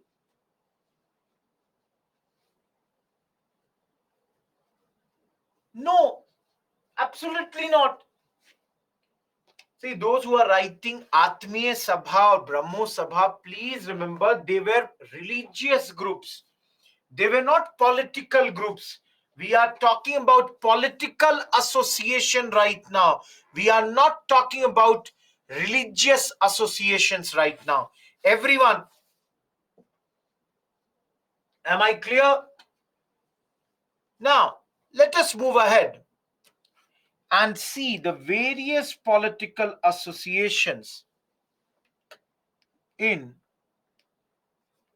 Bengal,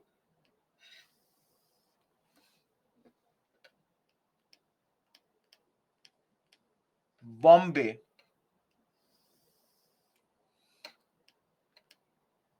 Madras,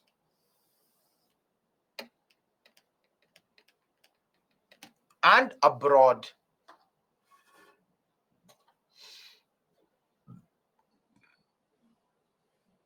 See, the four major areas where the political associations began in those days were these.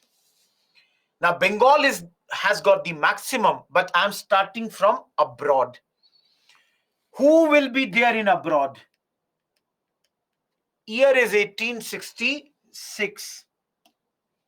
The name is Dada Bhai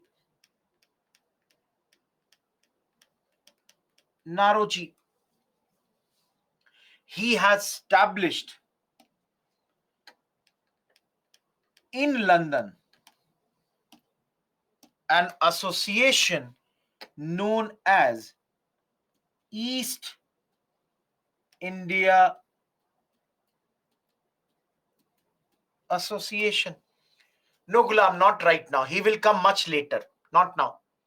Now, my question to you people is, why has Dada Bhai Naroji formed an association abroad? What is the purpose of this body? What does Raja Ram Mohan Roy want to achieve through this? What will he achieve?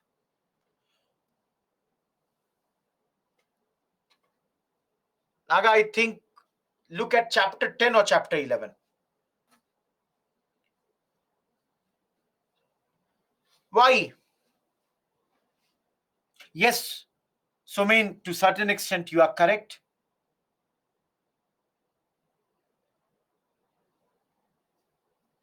Yes, basically, the whole idea here is that he wants to promote the cause of India in England and influence the British people to promote Indian welfare.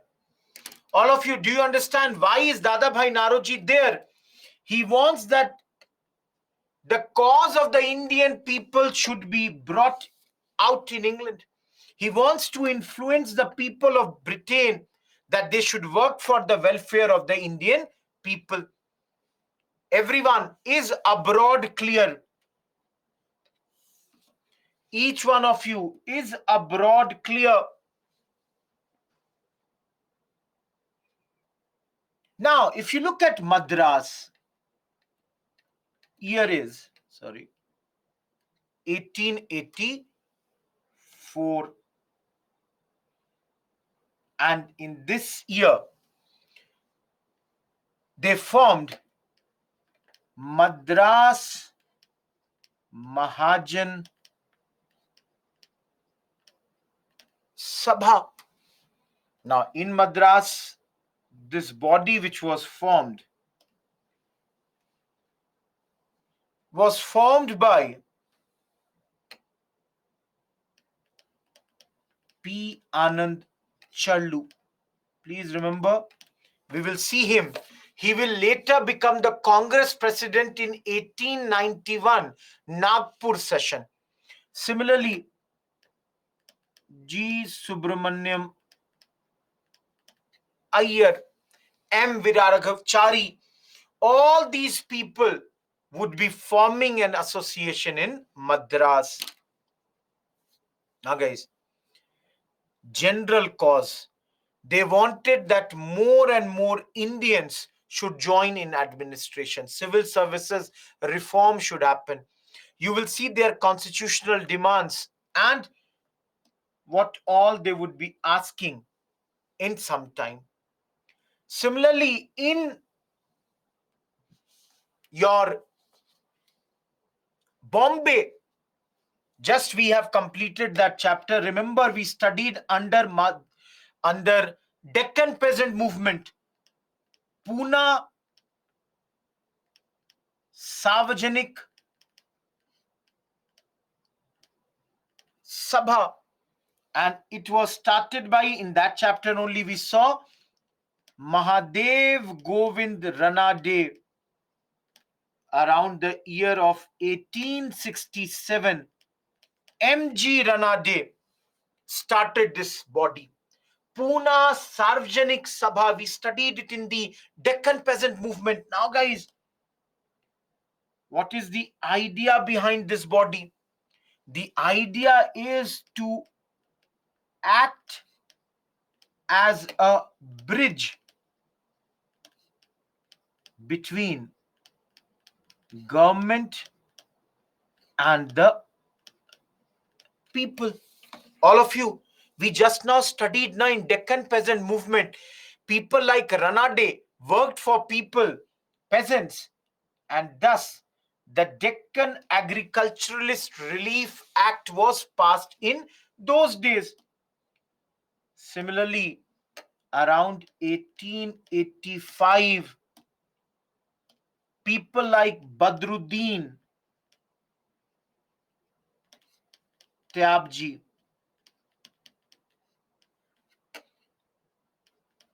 Firoz Shah Mehta, K.T. Telang, they all started Bombay Presidency Association. Every one of you. Badruddin Tyabji later will become the President of Congress, 1887. Firoz Shah Mehta today will dominate our second part of proceedings. We will study about them. They all are the top Congress leaders of those days. They all will, you can see now when they are forming this 1885, they all are going to become a part of Congress very, very soon. Last but not the least, look here in Bengal. And the first here is Banga Bhasha Prakashika Sabha. The first body to be formed in Bengal in those days was Banga Bhasha Prakashika Sabha. I should have changed the pen. By mistake, I forgot. When I have done this much, I'll do this. Just give me a second.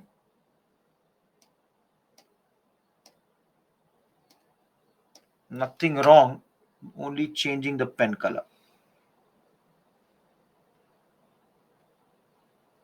See, in the notes, pen and all matter a lot. So when we are making the notes, let's make it in a very nice manner. 1836, Banga Bhasha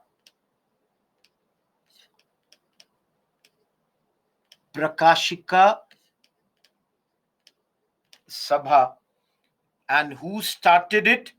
No name, only it is written in the books that associates of Raja Ram Mohan Roy had started this. Everyone, I told you just now here, Raja Ram Mohan Roy himself never formed any such association, but rather his supporters joined and they formed it later. So you can see Banga Bhasha Prakashika Sabha. Now, very soon, 2 years later, there was another body that was named as Zamindari Association,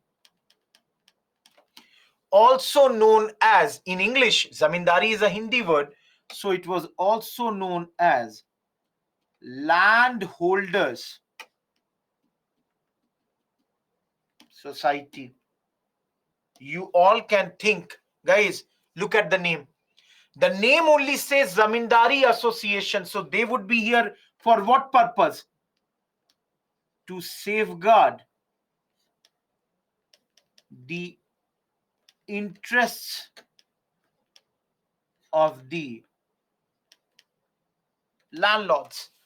In order to protect the interests of the landlord, this association was formed. And just to give you one name here, Radha Kant Dev was the first president of this body. Guys, have we studied Radhakant Dev ever? Have we studied Radhakant Dev anywhere? Where? Where did we study Radhakant Dev? Yes, Gulam, you are absolutely correct. We studied him last week. Socio-religious reform movement chapter under the topic of Dharm Sabha. Radhakant Dev is the same man who supported Sati. He wanted Sati to continue. He was a lifelong opponent of Raja Ram Mohan Roy. Absolutely good, Gulam. The next is 1843, and here a body called Bengal British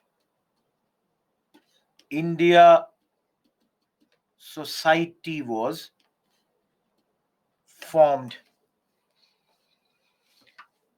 Guys, because these two bodies, 38 and 43, they were not working properly, they were not getting a lot of support. That's why around 1851 they formed British Indian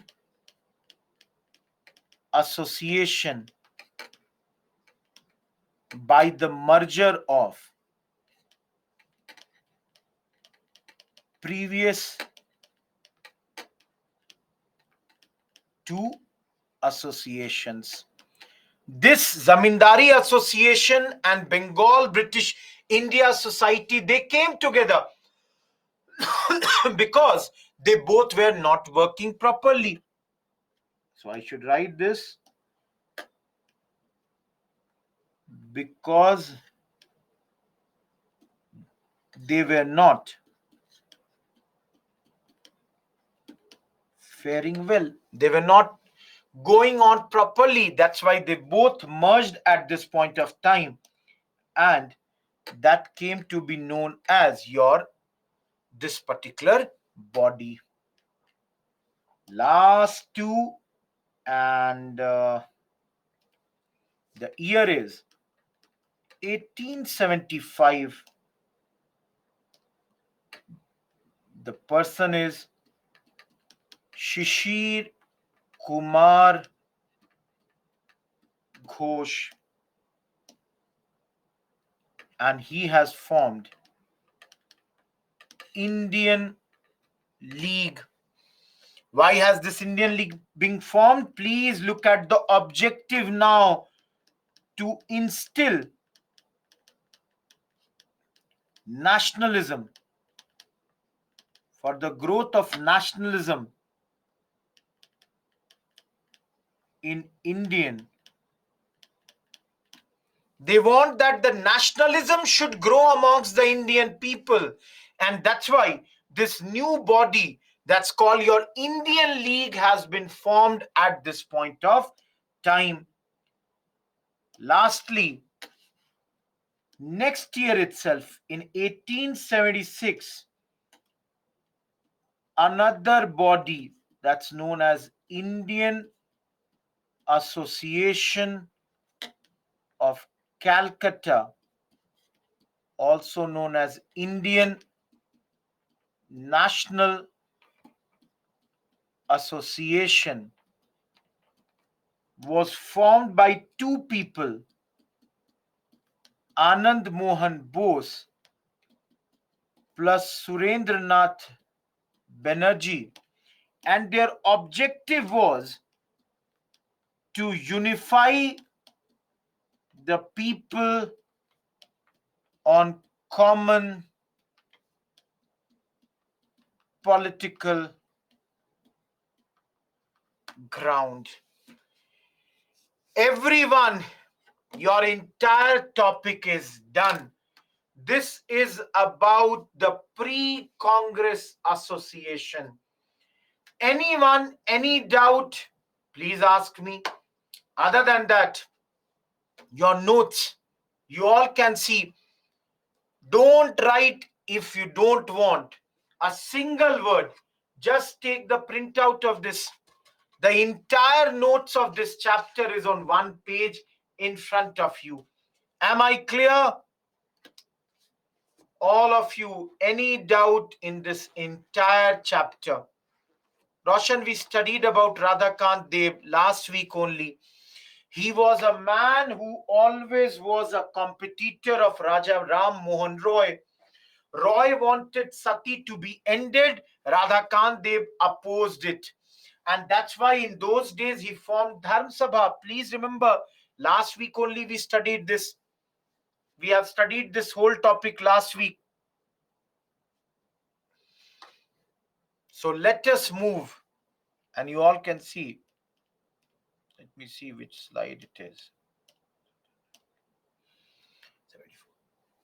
You all can see we are done with pre-Congress associations. Everyone, second topic of the chapter is done. Am I clear? So let's move to the third topic of this chapter. That's your birth of Congress. I'm not sure. It is 12:27. Hopefully we would be, maybe I'll take 5 minutes extra to complete this. It would take around 30-35 minutes. But I would complete this topic. Okay, I will show you, Sana.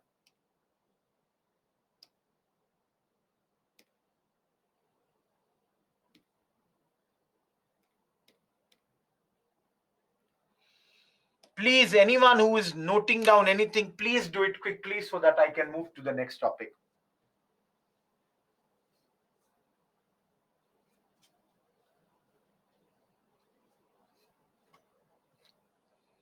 So let's move to the next topic. I hope everybody has whatever they were doing. You have come and done that. Okay, 91.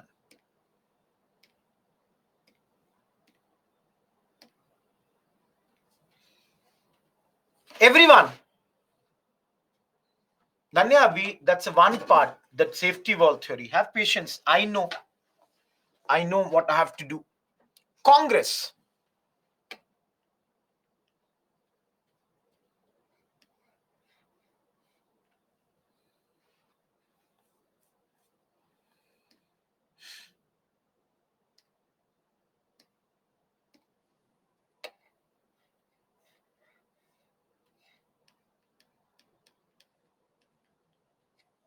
Congress. When was it formed? Everyone help me. When was Congress formed?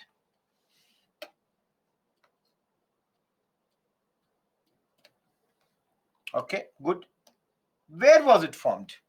Tell me the second thing.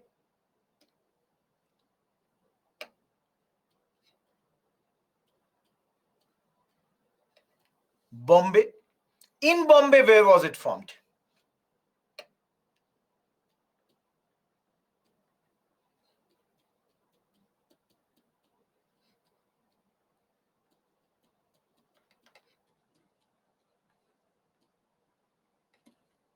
This was the exact place. How many delegates came for the first session of Congress? Anyone? Yes, Rohit.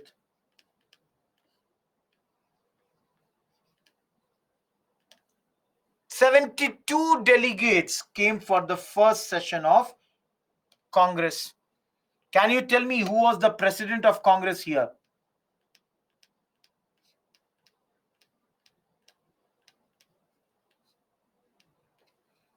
W.C. Banerjee. Now, in the first session of Congress, two important people were absent. Anand Mohan Bose and Surendranath.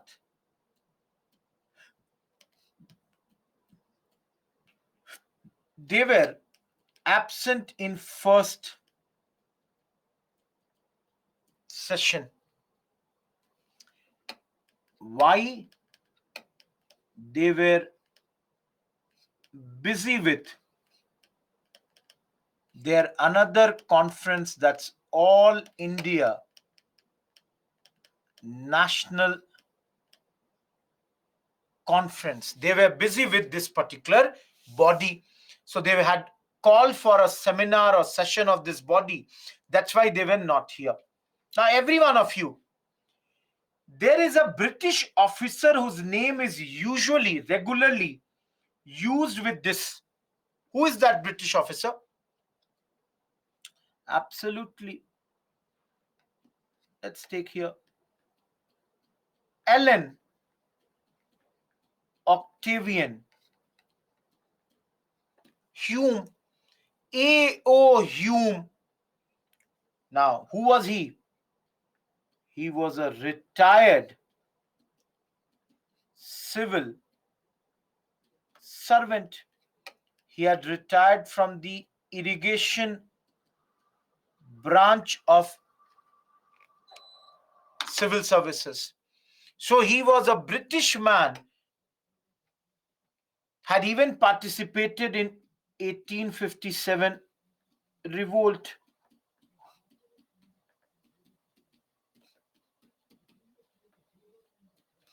And had criticized the British at that point of time.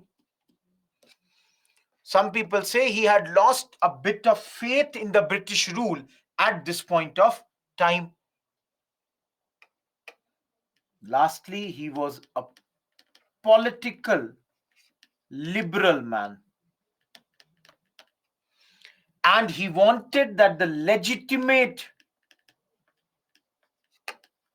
demands of the Indian educated class should be provided. So everyone, are you clear what he said? Mani, which point? He was a political liberal. So he wanted that the legitimate demands of the Indian people, specifically the educated class, if they are making some legitimate demands, those demands should be fully accepted. That was the thing he wanted. He belonged to irrigation branch. In those days, irrigation was just like today you have no IAS, IPS. So those days there was a separate irrigation branch in civil services.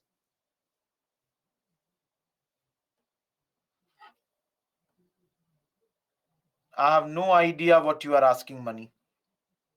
Bombay Gokuldas Tejpal Sanskrit Pathshala, if you are asking that, because RD point I don't understand, red point, then that is the thing. Great. Everyone, till here everyone is clear or not? All of you, are you clear or not?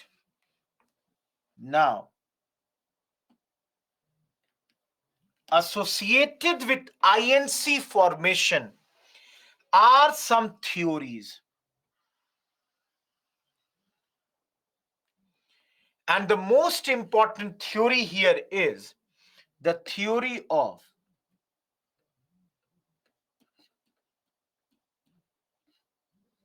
safety valve. How many of you understand what is safety valve? Any one of you who understands what exactly is safety valve? Anyone?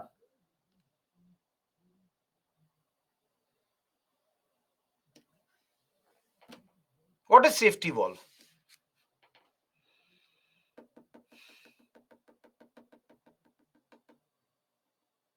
Yes, Karan. In pressure cookers, we have safety valve. Anything that lets excess pressure loose. Sahana, I did not get your question. If pressure is more, it will release it. Okay, great. Guys, let me tell you what exactly is this theory.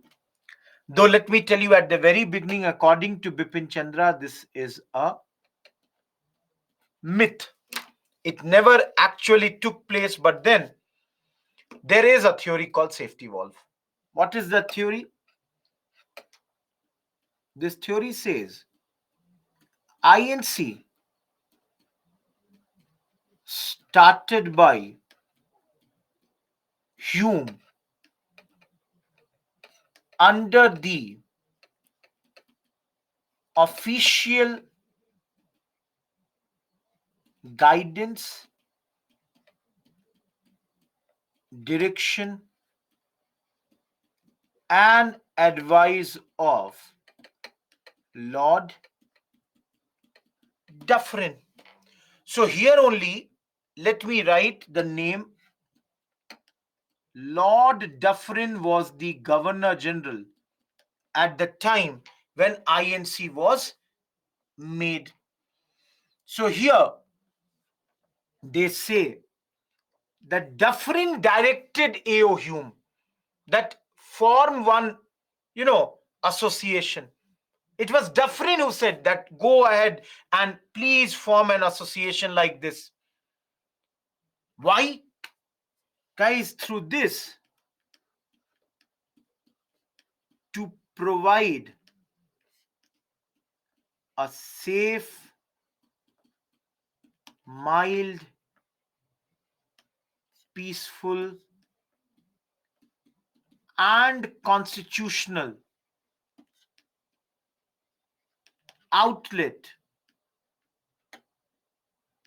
which you are terming as, or safety valve for the rising discontent among the masses, which would have led to a popular and violent revolution. All of you, do you understand what is safety valve? Dufferin is saying to Hume, according to those who believe in safety valve, they say that Dufferin advised Hume that please form an organization where the people, that is India, they would come, they would organize themselves.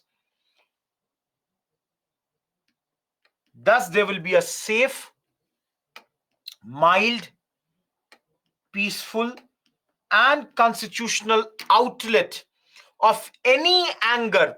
Rohit Kumar is angry. If you don't provide him a platform, Rohit Kumar's anger may come out in the form of a violent revolution. But if you provide him an outlet, okay, come this month, this year, every time we will meet at one place, bring out your demands. That way, safely, mildly, the government would be able to deal with all the demands of Rohit Kumar. Every one of you, any doubt in safety valve?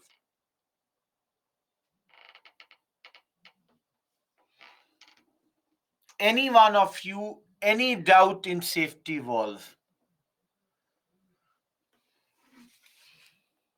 Remember,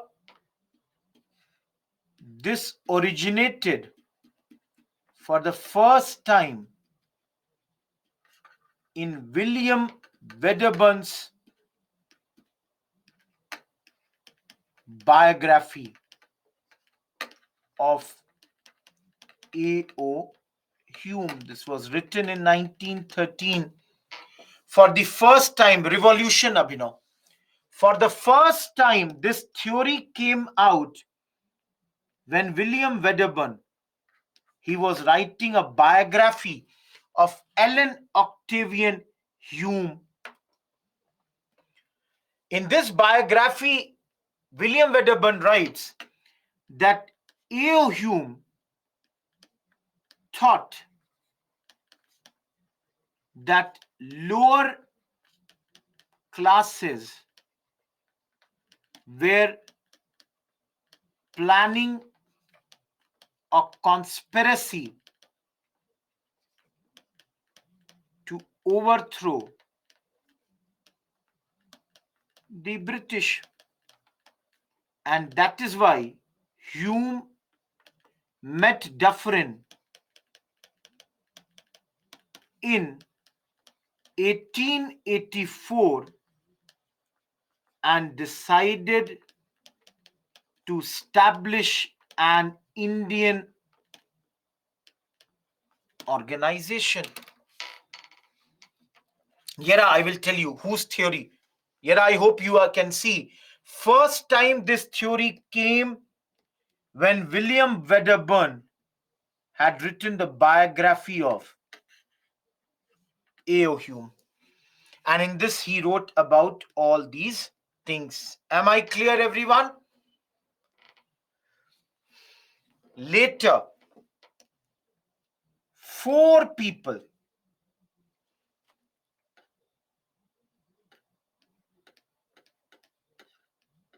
Lala Lajpat Rai,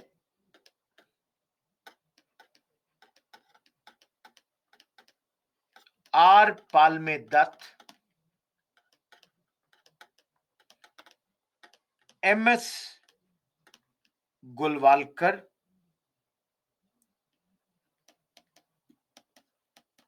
and Girija Mukherjee plus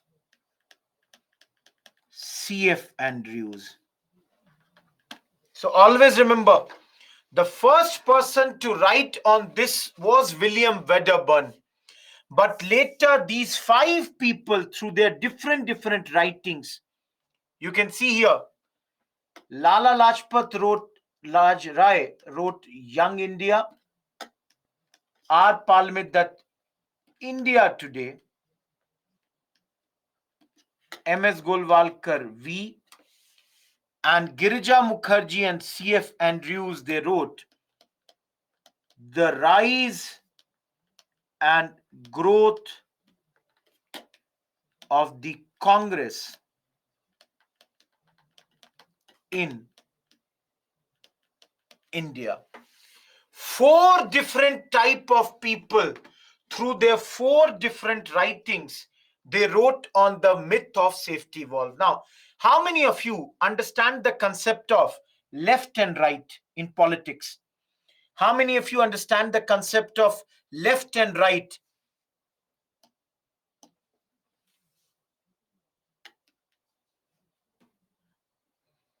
Guys, what is left and right?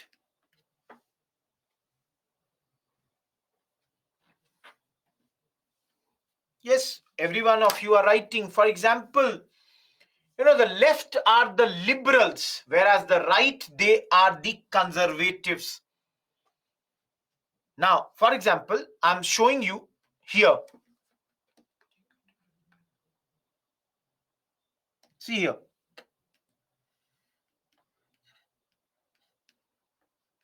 Left, right, and center. Left is communist parties today. Right is, for example, BJP. Center is like Congress.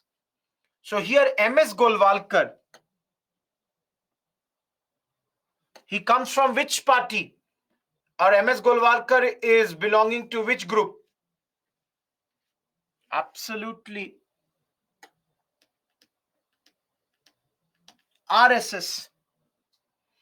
Similarly, No, he's not from left, Gulam. MS Golwalkar belongs to RSS. Similarly, R. Palme he belongs to the left wing. Lala Lajpat Rai, we will study today in the evening, is an extremist. And these people, they are liberals. RSS means Rashtriya Swayam Sevak Sangh Sahana. A lot of times in news you would have listened about this.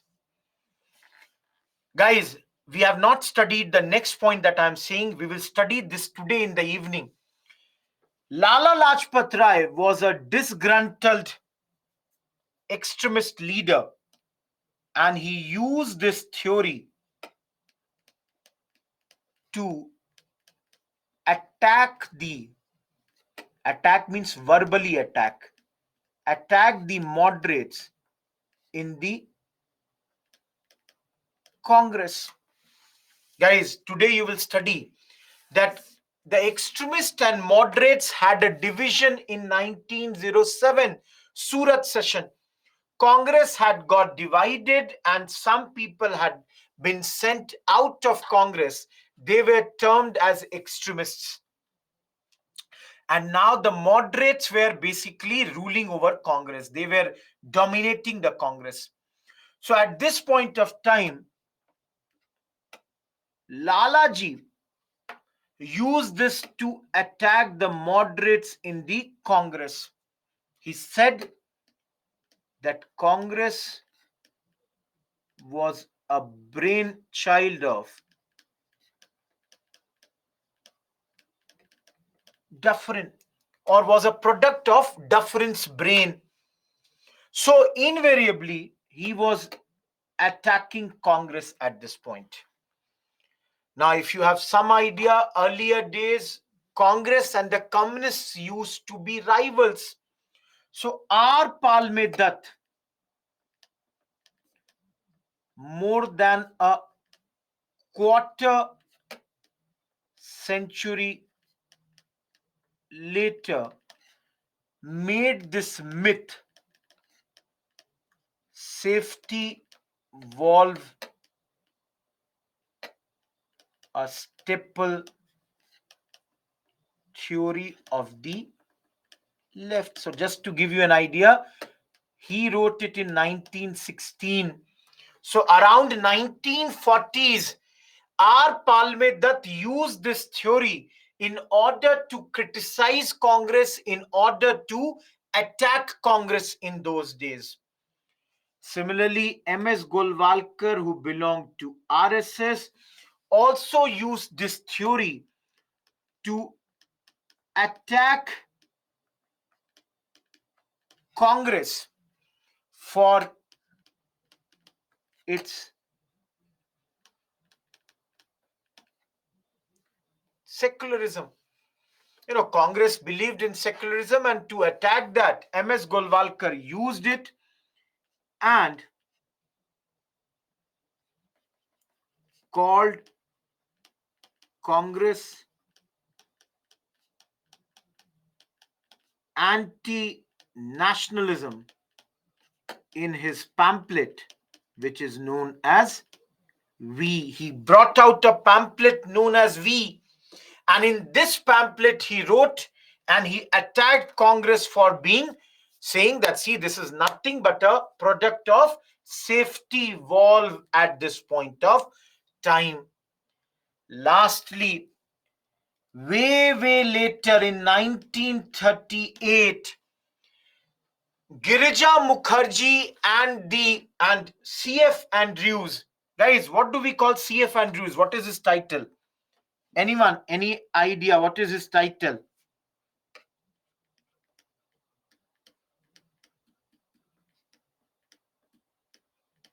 C.F. Andrews is also known as Deen Bandhu. So please understand, Deen Bandhu, they are liberal. They are saying we don't know and we don't care How and why was Congress formed? Their point is, we are happy because of only one thing, that Congress formation helped to avoid the useless blood spill. Guys, these people, they are saying that we are only happy with one point, that Congress was formed, because had Congress been not formed, what would have happened is, maybe there would have been a lot of bloodshed, there would have been violence. But the fact that Congress was formed helped in avoiding all this meaningless bloodshed. Am I clear, guys? All of you, am I clear? Different people who have written about this issue. Anyone, any query right now?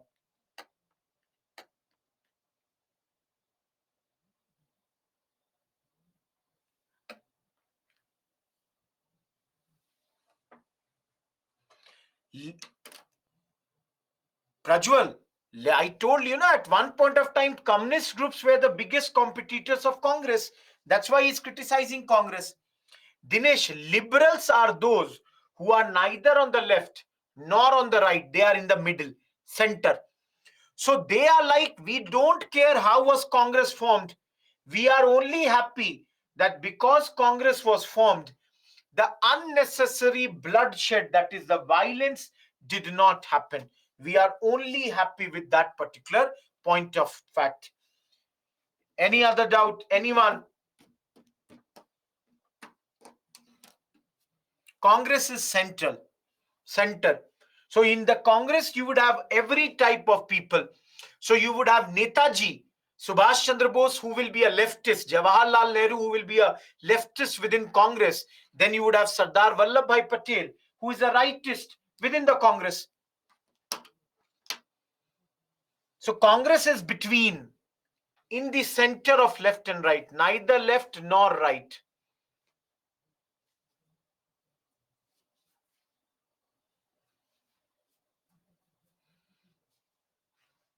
Guys, any doubt? Because there is only one thing left now. And that we will do, because, we'll complete this.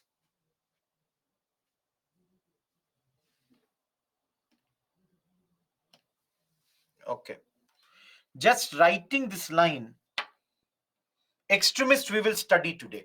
Extremist Panela, in our after the break, around 4:30, we will start the extremist chapter. So you will see over there.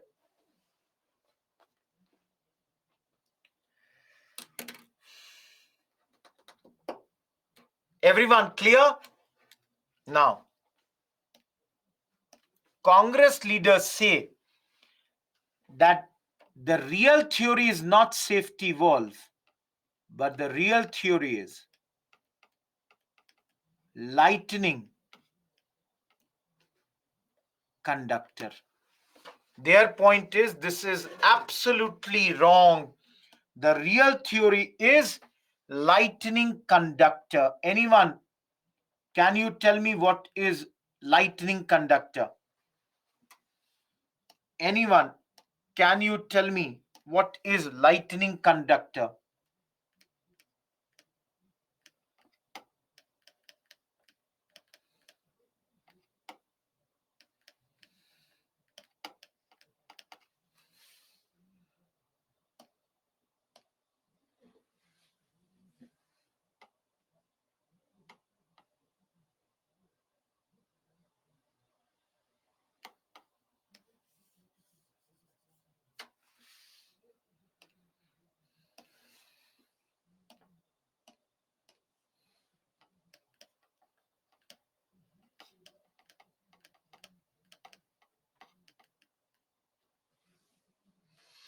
Absolutely. Guys, if you all would have seen, on top of the buildings, sometimes we would keep a rod like this, metal rod. It would be mounted on the structure. The idea is when lightning strikes, lightning matlab bijli, bijli kadakta hai na, bijli kadakti hai. So when lightning would strike on a building, thanks to this metallic conductor, lightning will first of all, for example, this is the building. On top of the building, there is like this, a rod. This is a metal rod. So when lightning will strike, it will first of all fall on this rod, and through the rod it will go directly in the earthing. So it will stop, or it would avoid the destruction that may be caused because of the lightning. So Congress leaders, they say that rather than we being used as a safety valve, we used AO Hume as a lightning conductor. So their point is that what we did is that we kept AO Hume with us. By having AO Hume, what happened? That because there was an Englishman who was there with us, we were able to thwart, we were able to cancel any attack by the Britishers on us. You all think now, because A.O. Hume is a British national, invariably because a British national is associated with us, the British government would never ever do a strike on us. The British government would never come down heavily on us. So the Congress leaders, their point is safety valve is wrong. The actual theory is lightning conductor, through which we used A.O. Hume. He was used as a lightning conductor to avoid the British strikes on them. Because as long as a British man was there with them, there was no way that the British would come down heavily on them. Britishers would not do anything against the Congress. Everyone, am I clear with lightning conductor? All of you, am I clear with the lightning conductor at this point of time? All of you. I was asked in my personality test, in my interview, this question. So they don't ask you directly this thing. In the interview, they basically would ask like this. So, Mr. Rohit Kumar, do you know there is some theory associated with the Congress formation? So you will say, yes, sir, I know that there is a theory called safety valve.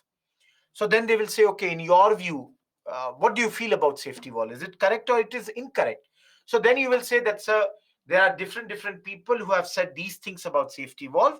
But in my opinion, I believe that rather than safety valve, this was more like a lightning conductor, as stated by Bipin Chandra. Bipin Chandra says this safety valve is totally a myth. Actually, it is the lightning conductor, which is a much more correct theory at this point of time. Everyone, am I clear? I hope you have taken the snap of this, or whatever you are doing. I hope you are done with this. Everyone, no doubt, birth of Congress and safety valve theory. All of you, absolutely clear? So, in our last part today, we will study after the break when we come back the moderate phase of Congress. Yes, Dinesh.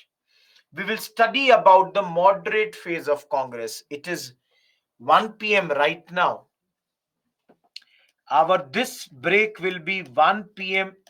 till 2 p.m. There will be break. And then we meet at 2. Guys, any mail that you would have sent to me, I will only look into them tomorrow, because today it is not possible. I will reach only at 9, and it is not possible for me to reply any mail of yours. Tomorrow, I will reply all your mails. Thank you. I hope you enjoyed the lecture. Let's meet at 2 p.m. Goodbye. Thank you, everyone.